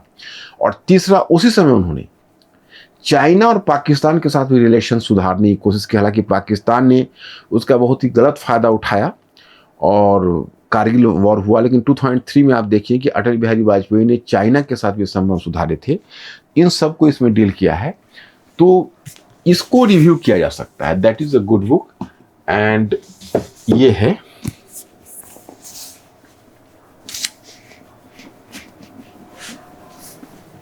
This one. अब देखो, ये जो एक बुक है मनु एस पिल्लई का है, तो राइटिस्ट नेशनलिस्ट, लेकिन मनु एस पिल्लई का बहुत मार्वलस बुक है the making of modern Hindu identity. इसमें इन्होंने डील किया है, ये बुक मैं रिव्यू करूंगा। ये बुक में उन्होंने डील किया है कि जिस समय, ये बड़ा ही यंग हिस्टोरियन है, बहुत ही मनु एस पिल्लई, आपने नाम सुना होगा कि बहुत चर्चा में है और बहुत अच्छे ढंग से काम कर रहे हैं। तो ये जो gods guns and missionaries, gods guns and missionaries, तो इसमें ये लिखा है कि कैसे जब इंडिया में जब इस क्रिश्चियन मिशनरीज आई, तो क्रिश्चियन मिशनरीज ने पहले सोचा कि अरे इंडियन लोग जो है वो तो पेगन हैं, वो तो हिथेन हैं। हिथेन का मतलब होता है लोग मूर्ति पूजक हैं, अंधविश्वासी हैं, यहाँ पर तो बच्चों को घड़ियाल के सामने फेंक दिया जाता है, क्रोकोडाइल्स के सामने, यहाँ पर जादू टोने होते हैं, यहाँ पर एनिमल्स की बलि चढ़ती है, असंख्य देवता हैं। तो ये लोग बिल्कुल ही अज्ञानता में हैं। तो हमारी क्रिश्चियनिटी यहाँ काफ़ी फैलेगी, लेकिन वो हिंदू फिलॉसफी को नहीं समझता था वो लोग, कि हिंदुइज्म का जड़ बहुत गहरी है और हिंदुइज्म को एज ए सिंगल रिलीजन नहीं था, ये मल्टी रिलीजियस था। एंड कह सकते हो कि कल्चरली रिलीजियसली ये डाइवर्सिफाइड था, आइडियोलॉजिकली डाइवर्सिफाइड था। इसमें वेदांत फिलॉसफी थी, इसकी जड़ भी गहरी थी। तो ऐसा नहीं कि सिर्फ इसमें मूर्ति पूजा और अंधविश्वास जैसी चीज़ थी। अंत में उसे सफलता नहीं मिली। फिर गवर्नमेंट आई, तो गवर्नमेंट ने कभी थोड़ा सा समर्थन क्रिश्चियनिटी को धर्म प्रसार के लिए मिल गया 1813 के बाद, आप देखते हैं। तो फिर जो भारतीयों में जो रिएक्शन हुआ, उसने हिंदुइज्म को एक नया शेप दे दिया और क्रिश्चियनिटी से लड़ने में स्वयं हिंदुइज्म भी अपने आप को बदल दिया। क्योंकि हिंदुइज्म पहले इतना कंसोलिडेटेड कभी नहीं हुआ करता था। अगर हिंदुइज्म अगर हिंदू धर्म संगठित रूप में उभर कर आया, इसलिए आया कि चूंकि जब उनको क्रिश्चियनिटी से, ईसाई धर्म से जब के विरुद्ध प्रतिक्रिया में हिंदुइज्म वैसा थोड़ा उग्र रूप धारण कर लेता है और थोड़ा सा एग्रेसिव हो जाता है, तो हिंदुइज्म की जो एक मोनोलिथिक पहचान हुई है, वो पहचान ब्रिटिश रिएक्शन में भी पैदा हुआ है। तो ये चीज ध्यान रखने की है। ये अच्छी बुक है। और देखिए, ये हिलाल अहमद की बुक मुझे अच्छी लगी है, brief history of the present. अब brief history of the present में Muslims in new India, Muslims in new India में इसने डील किया है, इन्होंने डील किया है बिलाल अहमद ने। ये देखिए, विडम्बना मुसलमानों के साथ ये रही कि मुस्लिम धर्म को इंडिया में लोग समझ ही नहीं पाए, इस्लाम को। क्योंकि इस्लाम को समझने में एक तरफ हिंदुत्व के प्रवर्तक हैं, वो मानते हैं कि भाई इस्लाम परजिक्यूट किया, या उन्होंने इस्लाम को डेमोनाइज करते हैं, मतलब उसको कि एक अलग रूप देते हैं कि भाई आक्रामक रहा है इस्लाम, भारत में धर्मांतरण जबरन किया है, तरह तरह के इस पर चार्ज लगाए जाते हैं, इसके अगेंस्ट में एक मेंटल क्लाइमेट क्रिएट किया गया है। दूसरी तरफ कुछ इनके समर्थक ये तथाकथित उदारवादी हैं, वो भी इस्लाम को बचाव में भी उतरते हैं। तो ऐसे उतरते हैं जैसे लगता है कि पूरे इस्लाम एक है, पूरे सारे भारत के मुसलमान एक हैं।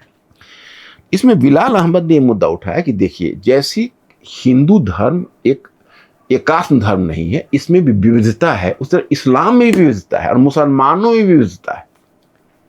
आप सारे मुस्लिमों को एक पैटर्न पर नहीं देखिए, इनमें भी विविधता है। सो इसने डील किया है कि इस्लाम को इंडिया में समझने की बेहतर ढंग से कोशिश की है। अ brief history of the present Muslims in new India, ये इंडिया तक ही सीमित है। अब इसी तरह की एक बुक मैं बताता हूं इस्लाम पर, ये मैंने मुश्किल से पिछले वीक ही ये बुक खरीदी है, ये मैंने अभी पढ़ा भी नहीं है। James McDougall, words of Islam a global history. तो जेम्स मैकडॉगल की बुक है, इसमें ग्लोबल स्केल पर इस्लाम के उद्भव को दिखाया गया, बताया गया कि देखो पूरे ग्लोबल स्केल पर जो इस्लाम था वो कैसे फैला, कैसे प्रॉफिट मोहम्मद के समय से लेकर और प्रेजेंट एरा तक। इसने कहा कि इस्लाम को समय समय पर अलग अलग परिस्थितियों की और चुनौतियों का सामना करना पड़ा, और इस्लाम और मुसलमान भी अपने आप को बदलते रहे, क्योंकि एक क्षेत्र के जो मुसलमान हैं उनकी जो प्रतिक्रिया हुई किसी घटना के प्रति और दूसरे क्षेत्र के मुसलमान हैं अलग अलग हुई। इसने भी वही किया, विविधता वाले पहलू पर बल दिया है कि पूरी दुनिया के मुसलमान को एक तरह से नहीं समझा जा सकता। कुछ मुसलमान हैं जो स्वतंत्रता के लिए संघर्ष कर रहे थे दुनिया में, कुछ मुसलमान हैं जो परंपरावाद को स्थापित करने की कोशिश कर रहे थे, कुछ मुसलमान हैं जो एजुकेटेड होकर वेस्टर्न टेक्नोलॉजी को अडॉप्ट कर रहे थे। तो उनके बीच में सामूहिकीकरण था। ये बुक मैं रिव्यू करूंगा, ये आप लोगों को जानना चाहिए इस्लाम के कैरेक्टर को, मतलब इस्लाम के स्वरूप को समझने के लिए। ये देखिए श्रीनाथ राघवन अशोका यूनिवर्सिटी से हैं, और श्रीनाथ राघवन तो मैं समझता हूँ कि बहुत बड़े ऑथर मैं मानता हूँ, ग्रेट ऑथर। इन्होंने इंदिरा गांधी पर जो बुक लिखी and the years that transform India, Indira Gandhi पर इन्होंने ये बुक लिखी है, ये बुक को मैं रिव्यू करना चाहूँगा। हालांकि इंदिरा गांधी पर मैंने एक लेक्चर भी दिया है, जब इंदिरा गांधी का इमरजेंसी का जब डेट था उस समय, इस बुक से मैंने कुछ लिया भी है, और बांग्लादेश वॉर पर भी मैंने लिया। तो देखिए इंदिरा गांधी के दोनों पक्षों पर इन्होंने गौर किया है। उन्होंने कहा कि एक तरफ तो इंदिरा गांधी का चलिए, एक उसका सबल पक्ष निर्बल पक्ष सबसे रहा, जिसके लिए इंदिरा गांधी पर हमेशा अटैक होता है। तो उनको, जो इंदिरा जी को कहा जाता है कि भाई उन्होंने इमरजेंसी लगाया आपातकालीन, और पहली बार नेशनल इमरजेंसी को उन्होंने इंटरनल कमोशन के आधार पर इन्वोक किया, जिसको एक बहुत ही माना जाता है कि डेमोक्रेसी कोलैप्स हो गई थी कुछ समय के लिए। लेकिन अब इस पर अगर आप गौर करके देखेंगे तो you people will just come to realize this thing कि डेमोक्रेसी कोलैप्स हो गई थी।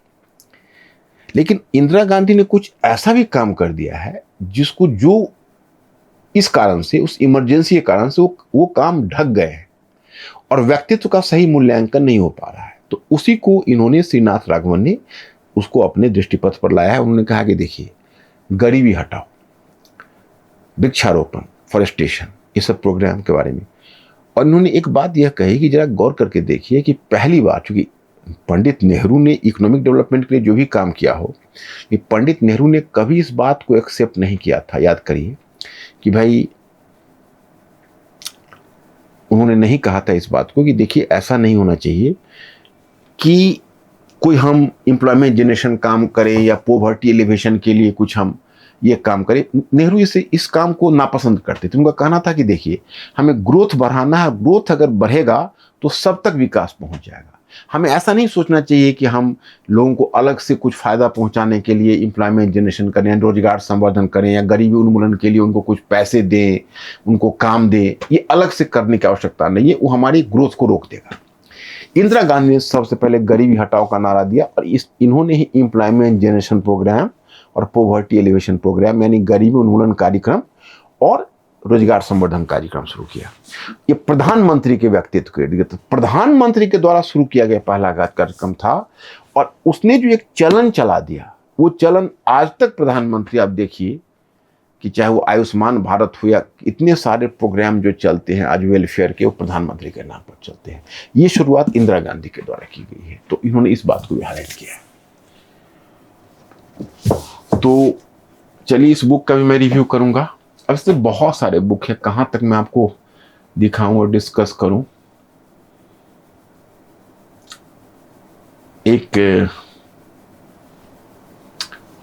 कुछ बुक मैं रिव्यू कर दूंगा देखकर, क्योंकि अभी लिस्ट में इधर भी हमारे पॉलिटी के बुक लगे हुए हैं, इकोनॉमी के बुक लगे हुए हैं, तो अब उधर मैं आपको ले चलता हूं, और इसको मैं अब केवल जो इम्पोर्टेंट बुक है वो दिखाता हूं आपको। बहुत इंपॉर्टेंट है।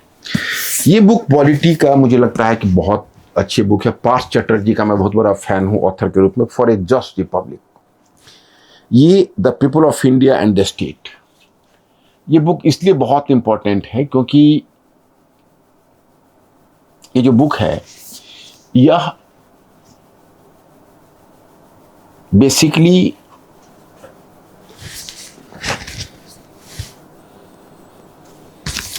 इसने पूरे इंडिया के कॉन्स्टिट्यूशनलिज्म को क्रिटिसाइज इस बेसिस पर किया है कि हम लोगों ने जब स्वतंत्रता हासिल की, लेकिन हमने कहीं ना कहीं एक कॉन्टिन्यूएशन बनाए रखा ब्रिटिश इंपेरियलिज्म के साथ। और ब्रिटिश के जो कॉन्स्टिट्यूशनल वैल्यूज हैं वही कॉन्स्टिट्यूशनल वैल्यूज को ब्रिटिश ने जो हमारे यहाँ संवैधानिक मूल्य लाए, तो हमने वेस्टर्न मूल पद्धति के आधार पर भारत में एक संविधान को अपना लिया जो हमारी भारतीय परिस्थितियों के अनुकूल नहीं थी। उन्होंने कहा कि अच्छा एक बात बताइए, अभी भी जो भारतीय संविधान पर पढ़ने वाले जो अभी अब छात्र हैं या भारतीय संविधान पर पढ़ने वाले जो लोग हैं, वो आज भी जब भारतीय संविधान पर वो पढ़ते हैं तो वो कहाँ से शुरू करते हैं? Normally they are going to start from regulating act of 1773। तो आप रेगुलेटिंग अधिनियम 1773 से पढ़ते, इसका मतलब है कि आप अपनी जड़ ब्रिटिश में ही खोजते।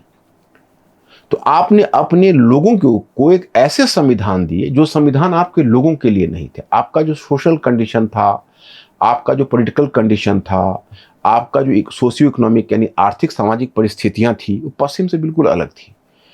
तो 75 वर्षों में उन्होंने कहा कि लोगों ने नीचे से दबाव डालकर हमारे संविधान को बहुत हद तक भारतीयकरण करने की कोशिश की। तो बेसिकली देखिए, सबाल्टर्न स्कॉलर है, तो सबाल्टर्न है, तो सबाल्टर्न तो वैसे भी मानते हैं पार्थ चटर्जी सबाल्टर्न लेखक हैं, और सबाल्टर्न लेखक ये मानकर चलते हैं, कॉमन पीपल के बारे में लिखते हैं और मानकर चलते हैं कि जो कॉमन पीपल हैं, वो कॉमन पीपल या जो सामान्य लोग हैं, वो सामान्य लोग कुलीनों से अलग हैं। कुलीन जो करते हैं और सोचते हैं वो सामान्य लोगों के फायदे की चीज नहीं होती है। तो उनका सोच और नजरिया यही है। लेकिन नीचे से जो प्रेशर फ्रॉम बिलो, नीचे से आने वाला जो दबाव होता है, वो अभी ऊपर के स्तर पर कई महत्वपूर्ण परिवर्तन को ला देता है। तो ध्यान रखिए, फॉर ए जस्ट रिपब्लिक, ये मुझे बहुत अच्छी बुक लगी क्योंकि वैसे भी मैं इनका एक बहुत बड़ा फैन रहा हूँ पार्थ चटर्जी का। और इनकी जो भी बुक आती है, जैसे देखिए इनका the truth and lies of nationalism, Partha Chatterjee, इन्होंने जो लिखा है नेशनलिज्म के ऊपर, ये एकदम चौंका देने वाला है। और ये कोविड के टाइम में लिखा था, 2020 की बुक है। तो ये बुक जब मैंने पढ़ा तो मेरा तो दिमाग ही हिल गया, कितनी अच्छी बुक है, आई कांट से। अब इसको मैं जरूर रिव्यू करूंगा और आप लोगों के काम का मैं निकालूंगा। उसके बाद देखिए, जैसे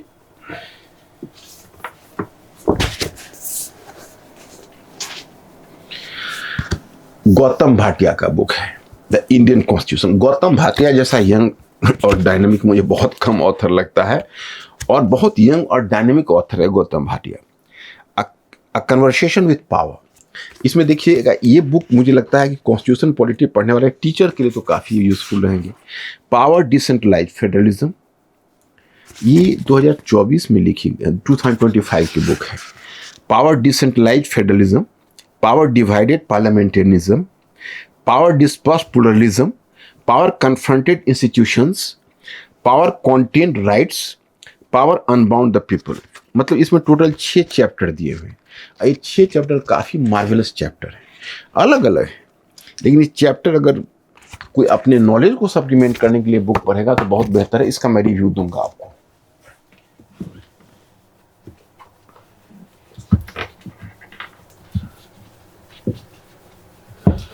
वैसे तो देखिए बहुत सारे बुक लिखे हुए हैं। अब पॉलिटिकल, एक शशि थरूर ने भी लिखा है essential editions our living constitution, Shashi Tharoor, a concise introduction and commentary. Like Shashi Tharoor तो पॉलिटी और कॉन्स्टिट्यूशन के भले एक्सपर्ट ना हो, लेकिन शशि थरूर बहुत अच्छे स्कॉलर हैं, तो जो भी लिखते हैं तो बहुत अच्छा उनकी राइटिंग होती है। इसमें 3-4 चैप्टर है, बहुत पतली सी बुक है लेकिन बहुत मार्वेलस बुक है। मैं जब कॉन्स्टिट्यूशन पॉलिटी पर मैं करूंगा एक साथ मैं कितनी बुक्स पकड़ लूंगा आपको बताता हूं। देखिए, ये 3, इसमें 5 इस सीरीज में बुक है, लेकिन मैंने 3 ही लिया है। जैसे ये बुक है आइडियाज ऑफ इंडियन कॉन्स्टिट्यूशन का, इसको काफी सराहना की है योगेंद्र यादव ने भी। आनंद टेलटुम्बडे की बुक है Dalits and the Indian constitution. अब आप अगर भारतीय संविधान का मूल्यांकन करते हैं तो अब दलित के पर्सपेक्टिव से मूल्यांकन करके देखिए कि भाई दलित के लिए ये कॉन्स्टिट्यूशन कितना उपयोगी हो सका है। Socialism and the Indian constitution. अब दलित, ये जो है ये बुक लिखी है आनंद टेलटुम्बडे, बहुत ही फेमस ऑथर है। दूसरा है Prabhat Patnaik, socialism and the Indian constitution, ये तो बहुत ही फेमस ऑथर हैं। तो इन्होंने सोशलिज्म के एंगल से फिर कॉन्स्टिट्यूशन को इवेल्युएट किया है, बहुत अच्छी बुक है। और तीसरा है secularism, how India received the idea, Nalini Ranjan, कि कैसे इंडिया में सेकुलरिज्म ने शेप किया, कैसे सुप्रीम कोर्ट ने सेकुलरिज्म को प्रोटेक्ट करने के लिए समय समय पर जजमेंट दिए। तो बहुत अच्छे ढंग से वेस्टर्न सेकुलरिज्म, यानी पश्चिम की धर्मनिरपेक्षता, भारत की धर्मनिरपेक्षता, उन सबको बहुत अच्छे ढंग से डील किया है। तो मैं एक ही साथ ये तीनों शशि थरूर वाली बुक, इन सब का एक ही साथ मैं रिव्यू ले लूंगा। फिर एक बुक है who is the equality code of the constitution, equal, Saurabh Kirpal. Saurabh Kirpal की बुक है, अगर फंडामेंटल राइट समझने के लिए बहुत बढ़िया बुक है। इसका भी मैं रिव्यू करूंगा, सौरभ कृपाल वाली बुक की। इस साल तो कॉन्स्टिट्यूशन में बहुत ज्यादा बुक निकली है। जैसे देखिए रोहिंग्टन नरीमैन का निकला है केवल, ये बेसिक स्ट्रक्चर डॉक्ट्रिन। इस बुक में तो बाकी चीजें तो अच्छा डील किया है, सबसे इसका लेगेसी जो बेसिक स्ट्रक्चर का है वो कैसे इंडिया, बहुत अच्छा देखिए डील किया है। इसमें India shows the way to the rest of the world, मैंने बेसिक स्ट्रक्चर का डॉक्ट्रिन बांग्लादेश में को कैसे इन्फ्लुएंस किया है, पाकिस्तान को कैसे इन्फ्लुएंस किया है, केशवानंद केस से जो निकला है, नेपाल को कैसे इन्फ्लुएंस किया, वहां के कॉन्स्टिट्यूशन को, श्रीलंका के कॉन्स्टिट्यूशन पर कैसे इंपैक्ट है, मतलब स्टैंडर्ड बन गया, पूरे साउथ एशिया में फैल गया। मलेशिया के कॉन्स्टिट्यूशन को कैसे इन्फ्लुएंस किया, सिंगापुर, साउथ अफ्रीका के कॉन्स्टिट्यूशन पर भी इसका इंपैक्ट है, युगांडा कॉन्स्टिट्यूशन पर इसका इंपैक्ट है, Kenya,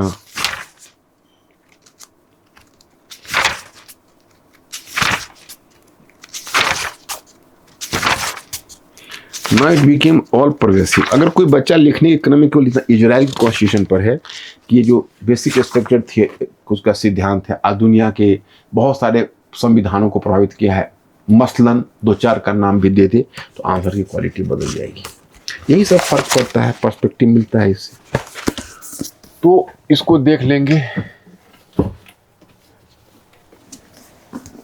democracies heartland, south Asia में कैसे डेमोक्रेसी अभी भी बची हुई है, इस पर एस.वाई. कुरैशी ने पूरे चुनावी प्रक्रिया को, साउथ एशिया की चुनावी प्रक्रिया का अध्ययन करके लिखा है। ये भी अच्छी बुक है, ये भी एक पर्सपेक्टिव दे रहा है। ये डेमोग्राफी रिप्रेजेंटेशन डिलिमिटेशन, ये भी बहुत अच्छी बुक है। और ये तो आप जानते हैं डेमोग्राफी का भी बहुत चर्चे में है, तो ये बुक काफ़ी इंपॉर्टेंट है। सुप्रीम कोर्ट पर भी बुक निकली है। तो बहुत सारे बुक्स हैं जो ऐसे हैं। अब मैं कितनी की चर्चा करूं, जो जो अब जरूरत होगी मैं आपके सामने उसका रिव्यू दे दूंगा। और अब मैं इकोनॉमी की तरफ ले चलता हूं। इकोनॉमी में आपको इंपॉर्टेंट बुक दिखाता हूं। केवल हमें इस बार इकोनॉमी पर निकली सबसे अच्छी बुक लगी अ सिक्स्थ ऑफ ह्यूमैनिटी। यह है independent India development odyssey, Arvind Subramanian. Arvind Subramanian ने दिखाया है कि 2-4 बड़े इंपॉर्टेंट इश्यूज को दिखाया है कि इंडिया ने तब डेमोक्रेसी को अपना लिया था जब यहाँ लिटरेसी नहीं थी, डेवलपमेंट नहीं था। उसी प्रकार से इंडिया ने जब इकोनॉमिक लिबरलाइजेशन को अपनाया तो सर्विस सेक्टर को और जो हायर एजुकेशन सेक्टर है उसको बढ़ाया, ना तो प्राइमरी एजुकेशन को बढ़ाया, ना हेल्थ सेक्टर को बढ़ाया, और ना इनका इंफ्रास्ट्रक्चर सेक्टर को बढ़ाया। तो कैसे इंडिया में एक बेसिक कॉन्ट्राडिक्शन डेवलपमेंट में रह गया, कैसे एम्प्लॉयमेंट जनरेशन नहीं हो पाया। उस कारण से इंडिया की इकोनॉमी ग्रोथ को सस्टेन करना कितना बड़ा चैलेंज है। इन तमाम चीज़ों को डिस्कस किया। इस बुक का रिव्यू मैं आपको दूंगा। ये बुक बहुत अच्छी है इकोनॉमी की।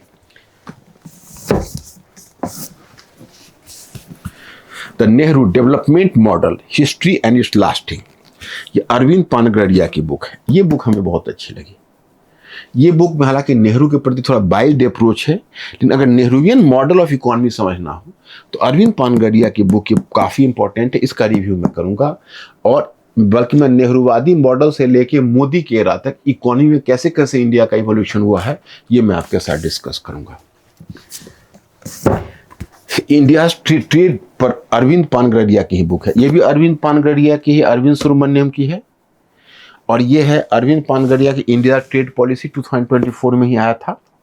यह बहुत अच्छी बुक है और इस बुक की काफ़ी सराहना की जा सकती है।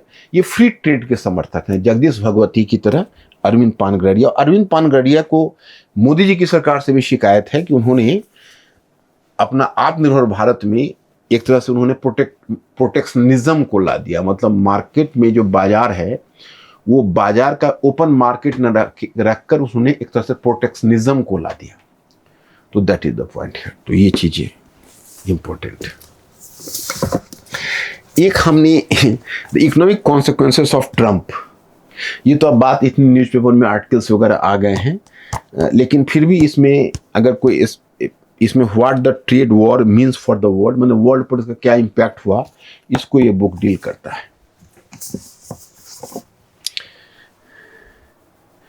ये बुक काफी इंपॉर्टेंट और चर्चा है। डेविड सी इंगरमैन का apostles of development. Apostles of development में 6 इकोनॉमिस्ट की चर्चा हुई है, और ये 6 इकोनॉमिस्ट कौन है मैं आपको बताता हूँ।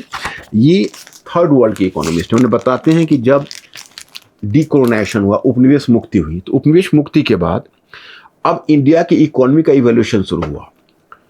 तो वर्ल्ड यानी ग्लोबल थर्ड वर्ल्ड की इकोनॉमी को, तो थर्ड वर्ल्ड की इकोनॉमी को कैसे जाना चाहिए, तो हमारी पॉलिसी अब तक आईएमएफ और विश्व बैंक निर्धारित कर रही थी। जॉन मेनार्ड केन्स थे, वो वेलफेयर स्टेट की बात तो कर रहे थे, लेकिन जॉन मेनार्ड केन्स के साथ एक प्रॉब्लम यह था कि वो पश्चिम के चश्मे से दुनिया को देख रहे थे। उस समय उस क्राइसिस में हमारे 6 इकोनॉमिस्ट खड़े हुए पूरी दुनिया में, साउथ जिसको आप कहेंगे आज के ग्लोबल साउथ, और तब के थर्ड वर्ल्ड के इकोनॉमिस्ट थे। उसमें 6 नाम जो दिया हुआ है वो है, भारत से 2 का नाम दिया हुआ है, अमर्त्य सेन और मनमोहन सिंह ने, जगदीश भगवती 3 का नाम दिया हुआ है। तो अमर्त्य सेन, मनमोहन सिंह, महबूब उल हक पाकिस्तान से, जगदीश भगवती इंडिया से ही हैं। अमर्त्य सेन, मनमोहन सिंह, जगदीश भगवती इंडिया से हैं। महबूब उल हक पाकिस्तान से हैं। महबूब उल हक और अमर्त्य सेन ने मिलकर आईएमएफ को दबाव डाला था जब वो वहाँ पर कार्यरत थे कि आप थर्ड वर्ल्ड में आप हेल्थ और एजुकेशन सेक्टर, क्योंकि देखिए आईएमएफ का तो है आर्थिक उदारीकरण, और आर्थिक उदारीकरण का मतलब कि सरकारी खर्च को कम करिए, और सरकारी खर्च को आप कम करेंगे तो शिक्षा और स्वास्थ्य के क्षेत्र में आप निवेश कम करेंगे। तो इनका ये कहना था कि भाई नहीं, ये नहीं होगा, क्योंकि आपने जो ग्रोथ का कॉन्सेप्ट दिया है वो ग्रोथ का कॉन्सेप्ट नहीं चलेगा। और आपने देखा है कि एसडीआई का जो कॉन्सेप्ट आया, यानी ह्यूमन डेवलपमेंट इंडेक्स जो मेजरमेंट के लिए आया, उसमें महबूब उल हक का बहुत बड़ा रोल है। तो महबूब उल हक है, अमर्त्य सेन, इन दोनों का। और फिर आता है रहमान सोभन। तो रहमान सोभन बांग्लादेश के हिस्टोरियन हैं, एंड लाल जयवर्देना ये श्रीलंका के हिस्टोरियन हैं। इन्होंने किस तरह से दुनिया में आईएमएफ, वर्ल्ड बैंक की पॉलिसी में चेंज लाया और किस तरह से इन्होंने परिवर्तन किया। बहुत वॉल्यूमियस बुक है, लेकिन काम की चीज़ें मैं इसमें से निकाल ही ले रहा हूँ। ये बुक मैं रिव्यू में करूँगा।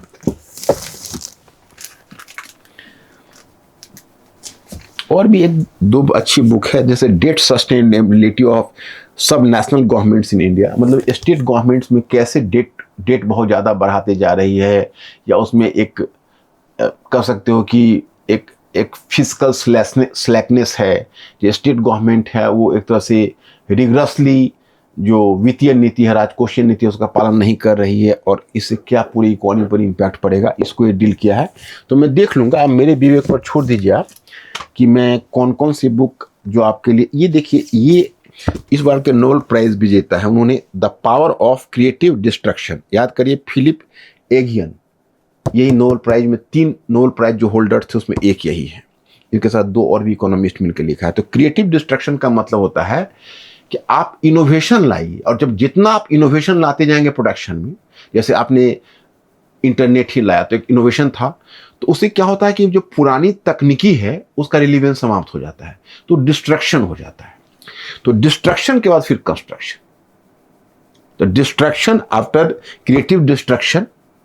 और क्रिएटिव डिस्ट्रक्शन का मतलब है कि पहले आप पुराने, जिस समय आप नई इनोवेशन लाएंगे, जब आप नवाचार लाएंगे, तो पुरानी तकनीकी एब्सोल्यूट हो जाएगी, तो एब्सोल्यूट जिस समय होगी वो हट जाएगी, और एब्सोल्यूट तकनीकी का स्थान ले लेगी न्यू इनोवेटिव टेक्नोलॉजी, और उससे पूरा प्रोडक्शन में फर्क पड़ जाएगा। उससे हो सकता है पावर रिलेशंस भी चेंज कर जाए, लेकिन वो जरूरी होता है इकोनॉमी के लिए। इसको, इस पर इनको अवार्ड भी मिला है इस बार। और एम एस स्वामीनाथन का 100 ईयर्स पूरा हुआ, तो एम एस स्वामीनाथन पर उन्हीं की जो निस है उसने बुक लिखी है, प्रियंबदा जयकुमार ग्रैंड निस है, तो उसने ये बुक लिखी। और एम एस स्वामीनाथन पर ये जो बुक लिखी है उसमें तो आप जानते ही हैं कि कैसे इंडिया को बेगिंग बॉल से उन्होंने ब्रेड बास्केट बनाया है, उसकी कहानी है, उनके पर्सनल लाइफ की कहानी है। एक चीज़ जो इसमें उनको अच्छी लगी, वो सबसे जो रिमार्केबल चीज़ ये लगी कि अगर इंदिरा गांधी के समय अगर इंडियन साइंटिस्ट 1974 में परमाणु विस्फोट कर पाए, तो उसका क्रेडिट एपीजे अब्दुल कलाम को ही नहीं बल्कि एम एस स्वामीनाथन को ही मिलना चाहिए। क्योंकि अगर भारत खाद्यान्न के मामले में आत्मनिर्भर नहीं होता तो क्या भारत फिर इस तरह से न्यूक्लियर एक्सप्लोजन कर पाता। तो ये जो बुक है, ये बुक भी मैं देख लूँगा जो आपके काम का है। उसके बाद बहुत सारे इस तरह के बुक हैं, जैसे एक जोसेफ स्टिग्लिच, ये भी आप जानेंगे तो ये भी नोबेल प्राइज विनर रहे हैं, और ये भी अमर सेन की तरह एक सोशलिस्ट टेम्परामेंट वाले हिस्टोरियंस इकोनॉमिस्ट हैं। The road to freedom, economics and the good society. मन इनका मानना है कि जब तक आप सोशल जस्टिस नहीं करेंगे तब तक इकोनॉमी का ग्रोथ का कोई मतलब नहीं है। जो अमर सेन का अप्रोच है वही है, ये भी इम्पोर्टेंट है। तो मैं इसको देखकर, और जो इम्पोर्टेंट बुक है उसका मैं रिव्यू कर दूंगा, और आपको नोट डाउन भी मैं उस तरह से आपको हिंट कर दूंगा कि आप इसको नोट डाउन करके कहाँ यूज करिए। जो आप बुक रिव्यू में पढ़ेंगे तो नॉर्मली वो चीज़ें नहीं होती है, बहुत विस्तार से होती है, उसमें बच्चों के लिए उसको एसिमुलेट करना मुश्किल हो जाता है। आज चूंकि मैंने बहुत सारा बुक्स छोड़ दिया है, तब बहुत सारे बुक्स है, अब मैं इसको फिर एक बार सब कुछ चेक करूँगा। अब जैसे हिस्ट्री का कुछ बुक्स इधर भी है, इसकी मैंने चर्चा अभी नहीं की है, चूँकि टाइम काफ़ी हो गया है तो मैं इसको यहीं रोक रहा हूँ। आज मुझे आपको दिखाना था कि 2024 से लेकर कितने सारे बुक्स हमने पढ़े हैं, उन बुक्स के टच में रहा है। जैसे अब रामचंद्र गुहा का ही स्पीकिंग नेचर, ये बुक से मैंने परिचय आपको नहीं कराया, ये हिस्ट्री का ही बुक है। तो ऑरिजिन ऑफ इंडियन इन्वायरमेंटलिज्म पर भी रामचंद्र गुहा का काम है। तो कैसे रामचंद्र गुहा ने इन्वायरमेंटलिज्म पर काम किया है उस पर हम, ये बुक है। उसके बाद इंडियाज रेडिकल्स, ये इंडियाज फर्स्ट रेडिकल्स, ये बुक बहुत इम्पोर्टेंट है। Young Bengal and the British empire पर इसको तुलना की है, जो यंग बंगाल मूवमेंट है उसको तुलना की है यंग इटली मूवमेंट मैजनी के मूवमेंट से। तो अच्छी बुक है ये। तो इस सब बुक को मैं देख लूँगा जहाँ जहाँ आपको आवश्यकता होगी। एक संजय सुब्रमण्यम की ये बुक निकली है जो अक्रॉस द ग्रीन सी, इसमें देख लूँगा अगर आपके काम का कुछ होगा। सबसे तो देखिए ये इंपॉर्टेंट बुक मैं कैसे छोड़ दिया, Nehru's India past present and future, Aditya Mukherjee का, काफ़ी चर्चा में रही। 2025 में बुक निकली, काफ़ी चर्चा में रही है।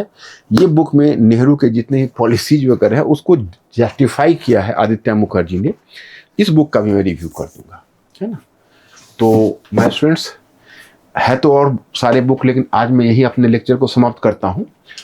आज मुझे आपको लाइब्रेरी में लाना था, अपने पुस्तकों के संसार में। ये भी एक दुनिया है और इससे दिमाग की क्षमता कम नहीं होती, बढ़ती है। मैंने महसूस किया है कि जितने पर्सपेक्टिव से चीज़ों को देखोगे समझोगे, जो मेरा नारा है कि बी अ थिंकिंग क्रिएचर, एक सोचने वाला प्राणी।